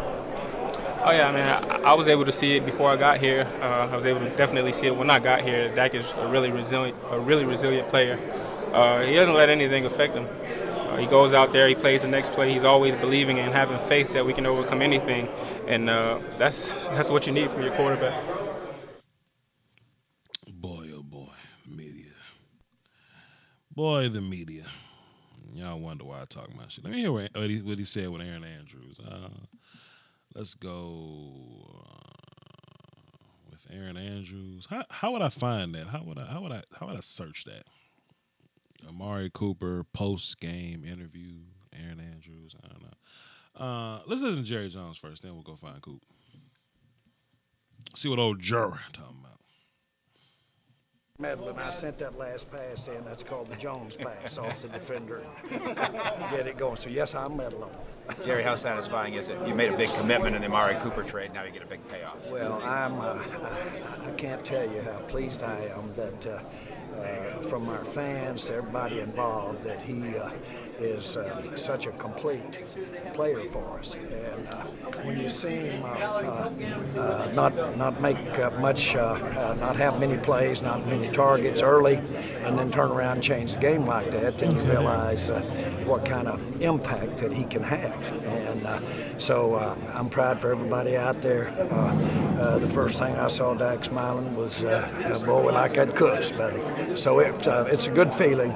The team, that world championship group just wouldn't go away out there today. And we seemed like we wanted to let them hang around a little bit more than I know we all wanted to, but that's Dak Prescott you saw out there come back and leave those bad plays behind him and make those game-winning plays at the end. So I'm real pleased for him that we won this game. You like to say of Dak that sometimes a quarterback has to make sure he doesn't lose. Is this one of those kind of games? Well, I just think that I just have the feeling, I don't know about y'all, but I just have the feeling if it's not going good for him, well, then I'm glad we got a little time left on the clock. It's going to go good for him, and he will make up. I know one thing, he's not going to go out there with his head down and dwell on the mistakes he makes early. Jerry, the guts that Jason showed in overtime to not settle for a field goal. Well, I thought he had the feel for his team. He, I'm sure, felt that that was the best place to take the risk, was right there as opposed to giving them the ball. And I don't think anybody of the Cowboys would ever have second-guessed that call right there. I thought our best chance to win this game was to make that first down. Zach Martin, any update? Excuse me? Zach Martin, any update? Looks similar to the last time that he left the game. We right now don't see anything structurally or specific but we are concerned, but we don't see anything that's different than what we saw the last time he hurt it with his MCL. How magical is this run, Jerry, right now? What? How magical is this run right now? Well, I think that this one, statistically, logistically, this one was a big thing to end up here where we are with 3 games to go. And so this one was one that, frankly, you just kept thinking we look like the team that can win this ball game. We're just looking that way. That time of possession was unbelievable. And I just thought that any time we were going to make some of those scores. And of course, we waited until we let them get back in it, as we all saw. But this is a wonderful feeling. Our fans, we don't have it at all, but this is a big step toward us winning the East and getting a shot at the playoffs. Did it look and feel like a team that can win a postseason big ball? It does to me, because I saw them have every opportunity to get discouraged, to basically let up against a real gallant effort by Philadelphia. But our guys just, they didn't get discouraged even when we had the turnovers. But it's hard to win a game and have the numbers of turnovers that we had against a good team with a good quarterback. And we, of course, went past that challenge. I saw you guys effectively utilize a lot of tight ends tonight, but you saw the report that came out this morning. How serious were you guys about trying to bring Jason Voch back? Listen, I don't have any comment on that. What I did here, I was up at the Collegiate Football Foundation, and the guy that we had that was the master of ceremony for the Collegiate Football Foundation Monday night couldn't do anything but rave and said that Jason had had his best game ever, and he was excited about him there. And that's as far as I will comment on anything there. What kind of grip does this give you on the NFCs? All that and do the numbers. This team's not going to quit out here, so they're coming.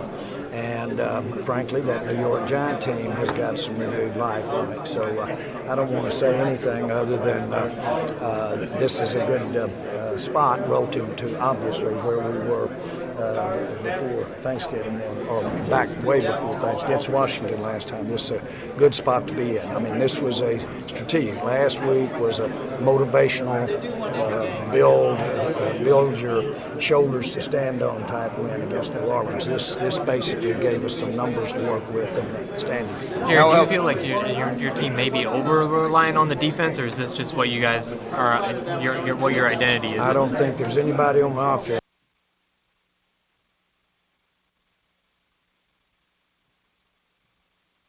Or is this just what you guys? Jared, do you feel like your team may be over-relying on the defense, or is this just what you guys are, what your identity is? I don't. Jared, do you feel like your team may be over-relying on the defense, or is this just what you guys are, what your identity is? I don't think there's anybody on the offense that's counting on a little less of this or a little more risk that our defense will stop them. I don't see that at all. I don't see it in Jason doing that either. I saw him go with the offense out there on that last play rather than rely on the defense. So I think we've got a good balance going here, and give Philadelphia a little credit on that defense for not letting us have those touchdowns early. So no, I don't think there's no over-reliance. I think, frankly, to your question, I think we're playing pretty balanced. This defense overall, though, is this one of the best that you can remember since the early '90s, maybe? Well, I get in trouble when you make comparisons every time, and so I don't want to do that. But from the standpoint of being able to run, from the standpoint of actual talent, and from the standpoint of our coaching, I can't remember when I felt better that we can go out and basically play a defensive game that can win. So I don't recall having felt better in the last several years. How does Gregory, Jerry, avoid that roughing the passer when he's on the ground and he just reaches up there and tackles the quarterback? The same way Zeke avoids that when he hit the guy with his head and shoulder on the tackle on the end. We're just making some calls here that are tough. We're doing it for protection and for safety. But that's the big question that's being asked, is how do you play? Gregory, 2 weeks in a row, have gotten penalties that we agree that he ought to play that way. That's the way we want him to play. And we went in there, Marinelli was talking to him just as I was talking to him, and Marinelli came up and I said, tell him we don't want him to stop doing one thing that he's doing over these past 2 weeks, and that's the way we feel about it. He just goes ahead and makes his plays, and I don't want Zeke to stop punishing him either when he's on the end of his run. On the Zeke call, as a versatile offensive player has been called on that. Were you surprised that this late in the season? Very. I think that further review, you see they both duck their heads. And Zeke is a punishing runner. That's what we wanted in the NFL, and that's what we want to show our fans. And that is now a physical aspect of football that we don't want to eliminate. I'll certainly do everything I can to not make those kinds of things penalties. Are you concerned at all about Tyron Smith? Just the way that the penalties seem a little out of character? No, that's not really. That's a tough spot out there at left tackle, and you can get some holding. I'm just thrilled that he was in there the whole game, and the level of play. I watched him too, and I liked his level of play. I'm not concerned about it. Jerry, I'm sorry if you were asked this, but did they tell you anything about Zach, his injury? I think that he's about where we were the last time that he had that injury, and of course he's played through it. It's an MCL. I didn't get a report of additional damage on the MCL, but certainly he was he had to not play. But I would put it comparable to where we were last time. Boy, reporters gonna report. Boy, I tell you what, they show up. You think y'all leaning on the defense at this point, Jerry? What do you think about you guys leaning on defense there? If I was Jerry, I'm sorry, I said what? Well, Jerry, I mean, I just noticed that you guys were just leaning on defense a little bit. How do you feel about that? Are you guys leaning on your defense? Come on, my G. Come on, my guy. Of course we are. Yes, so I'm going to so I found the Amari Cooper, Aaron Andrews interview. I found out. I'm gonna play that. I'm going to get into some stats, and I think we'll wrap this show up. It's about to be 3 hours on this thing. I had no idea it was 3 hours. I just been chilling with y'all. We just been cooling, bro, and come on, man. What are we doing here? Let's see what Amari Cooper said to Aaron Andrews. Her fine self. Let's see what she said to fine ass. That's another reason why I can't work for ESPN, because I can't express myself as much as I want to. I hop on to like, damn, Aaron Andrews, what? Oh, Fox will get me smooth about the paint. Amari Cooper talking to Aaron Andrews after the game. That final play off of Rasul Douglas. Tell us what happened after that. I mean, I've been running a lot of slant routes since I got here. Oh, okay. I beat these guys on a lot of slant routes when we first played them. That guy knew I was running the slant. If you look at the play again, I tried to kind of stem him in first to sell the fade. Knew it kind of wouldn't work. Knew I had to come back to the ball, but he just knew I was running slant. I stayed there. Good stuff, man.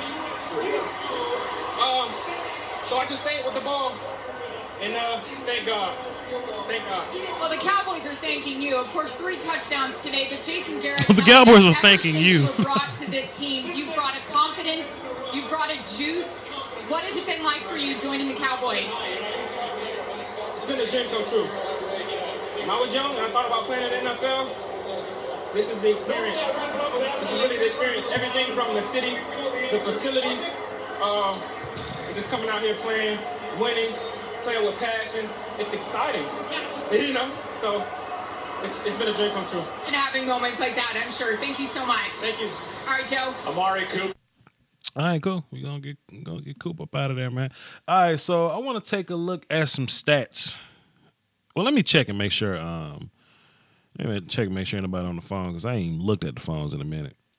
Okay, Keon over at Trip. Oh yeah, man. If anybody wants to hop into the phones, man, 515-739-1285. That's the number. I had the damn stats pulled up. What happened here? Is this it here?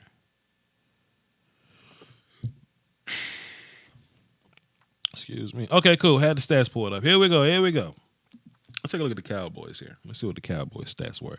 Dak was 42 of 54. That's a lot of daggum stats. That's a lot of daggum attempts, young Rain Dakota Prescott. That's plenty attempts. I don't necessarily know if I need Dak throwing the ball that much. that much in my life, but I guess that was more so of a game flow thing.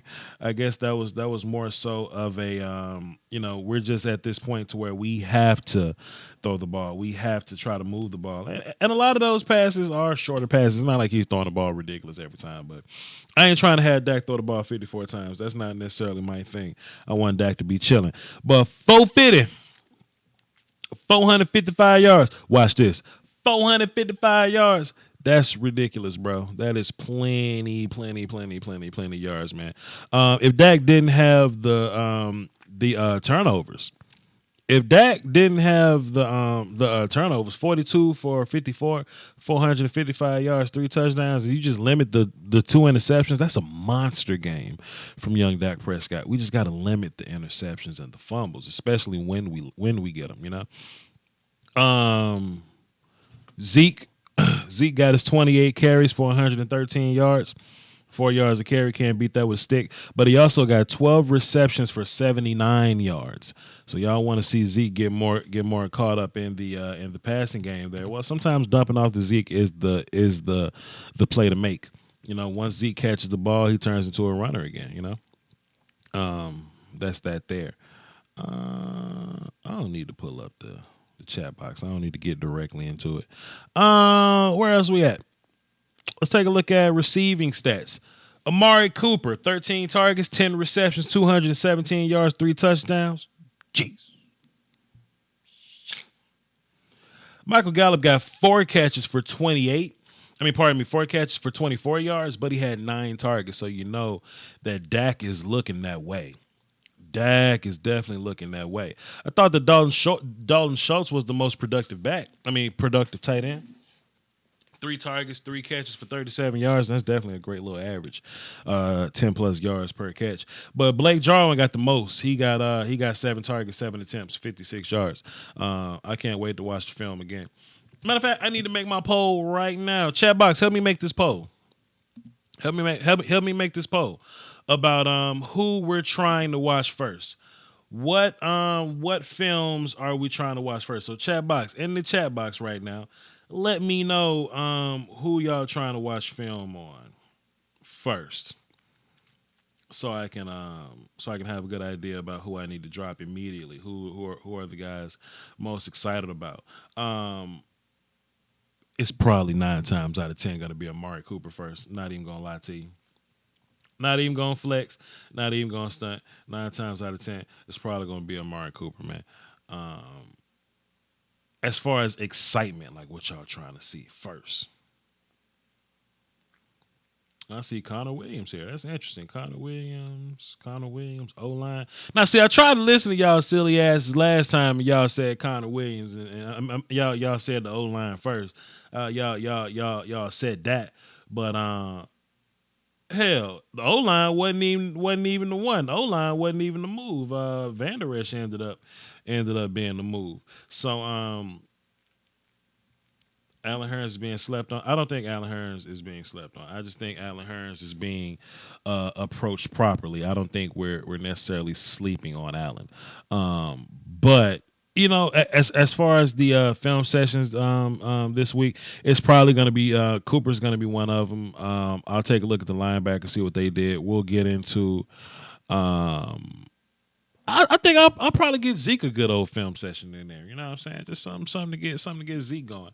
And definitely Cooper too. And I definitely want to get into the sacks. So let's go to Twitter and make our first poll. Let's get into Twitter and make our first poll. So I do need to watch Narcos. So we got question. Who? No. What film to break down first? What film session to drop first? What film session to drop first?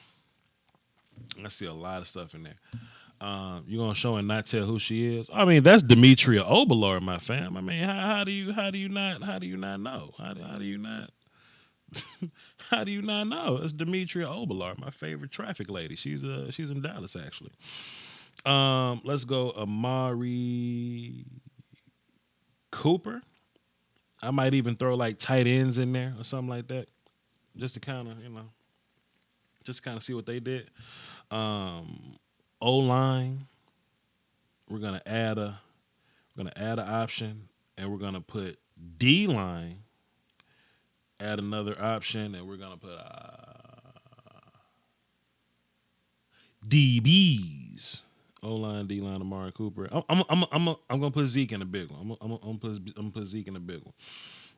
What film session to drop first and rank in comments. Boom. And I'm going to put Cooper, O-line, D-line. I want to show love to DBs, man. I love showing love to DBs. DB, because I'm learning DBs. You know what I'm saying? I'm learning DBs a lot more. Cooper, O-line, D-line, DBs, Zeke. 1, 2, 3, 4, 5. That's 5 film sessions. Yeah, that's about what it is. Yeah, that's about what. And if we need to throw LBs in there, we'll figure out a way to throw LBs in there. We'll do it. And rank in the comments. Yeah. All right, we're gonna do this, and we're gonna get back into stats, man. I just had to make this real fast. I just wanted y'all to help me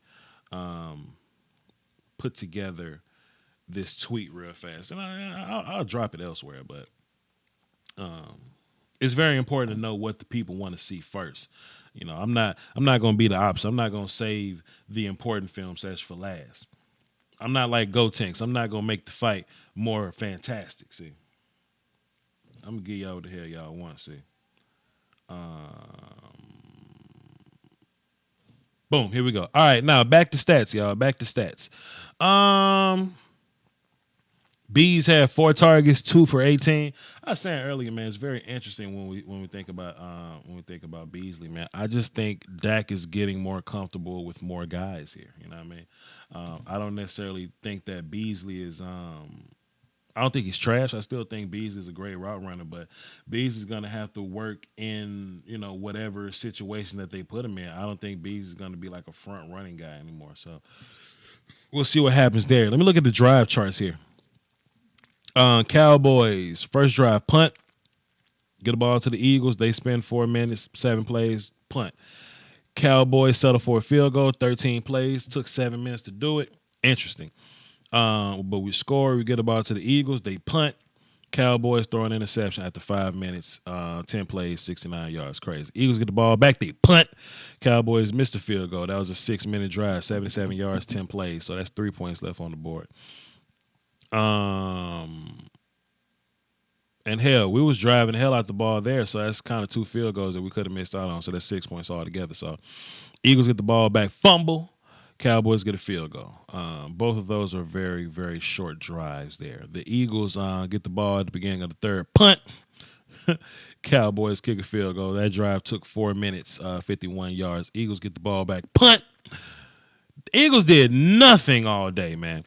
Cowboys get the ball back. They throw an interception, start on the 14. And that set the Eagles up for the touchdown. That interception put them directly in field goal range. Then we fumbled, and that put them in field goal range. I mean, the first one was in touchdown range. The second was in field goal range. So we gave them 10 points. We gave the Eagles 10 points. Could have been so far the score needs to be, it should have been 25-13. It could have been 35-13, boy. That would have been nasty. Dallas Cowboys get a touchdown. Wow.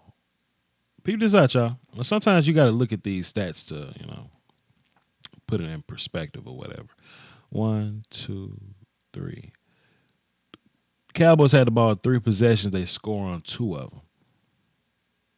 Wow. One took 11 seconds. One took 45 seconds. We punted. The other one was 9 plays, 4 minutes and 25 seconds. That one was 90 yards. Boy, oh boy, oh boy. Eagles punt, Eagles touchdown, Eagles touchdown. They get the ball last overtime. We get the ball back. 13 plays, 85 yards, 8 minutes. Score. Eagles never touched the field. Crazy, right? Crazy.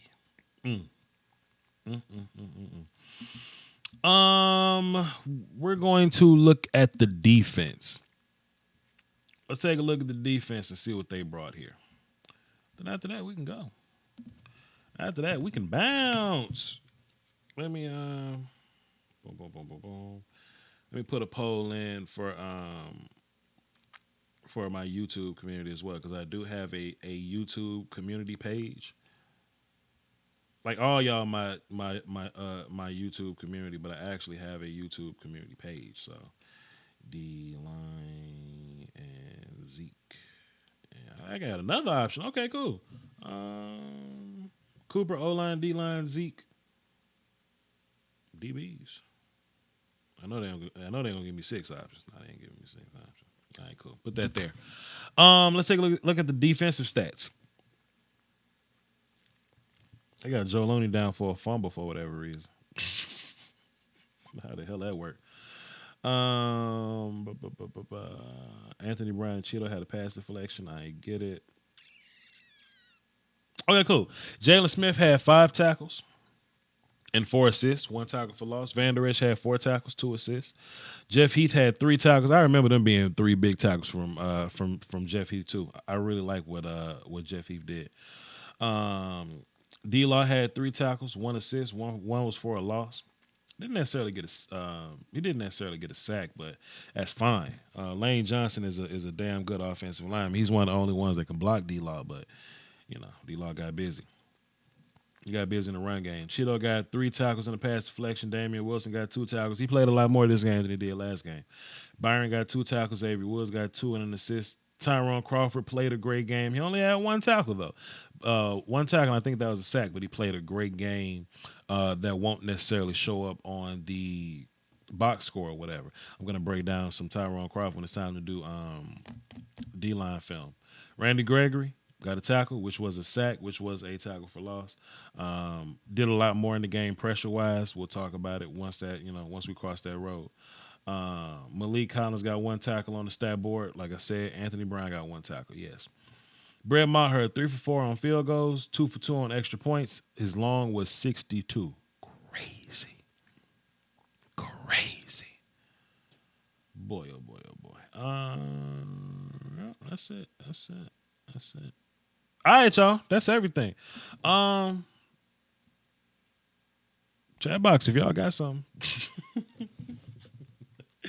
If y'all have anything, chat box, let me know. Let me go to Game Pass, see if my stuff is available on Game Pass. If not, I'll wait it out. But yeah, chat box, if y'all have any questions, you can feel free to hit me in the chat, and I'll answer any last-minute questions before I get smooth up out of here. It's been a good two live streams with y'all, man. I know I end up live streaming forever when I live stream with y'all, but it's fun, man. It'd be fun out here. Cooper. Let's see what's available out here. Nope, the All 22 is not available yet, so we'll be waiting it out. But when it's available, y'all will be the first ones to get it. As soon as I can get it to you, you'll be the first ones to get it. With that being said, man, appreciate everybody for being here. This was a long-ass show, 3 hours and 3 minutes. Everybody that sat in and listened to me talk the entire time. Let's go back and check out the Super Chats. Juan Wick dropped 5 in the Super Chat. Sadat Arthur dropped 5. David Alexander with the 2. Toot with the 4. Adrian with the 4. Ahmed with the 5. Toot with the 8. Steven Benzick with the dime. David with a deuce. David with a dub. But thank you everybody that supported the show. These long ass live streams that we did, and Juan Wick is telling me hold up. Juan Wick is telling me wait a minute. 3-hour live stream and Juan Wick telling me wait a minute. What's up, Juan Wick? What you got for the show, brother?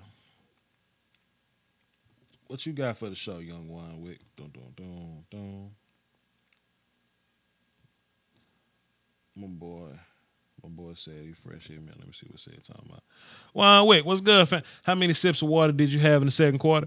Oh man, if you go back and watch the live stream, man, I was very angry for a while, Juan Wick. I was very, very angry.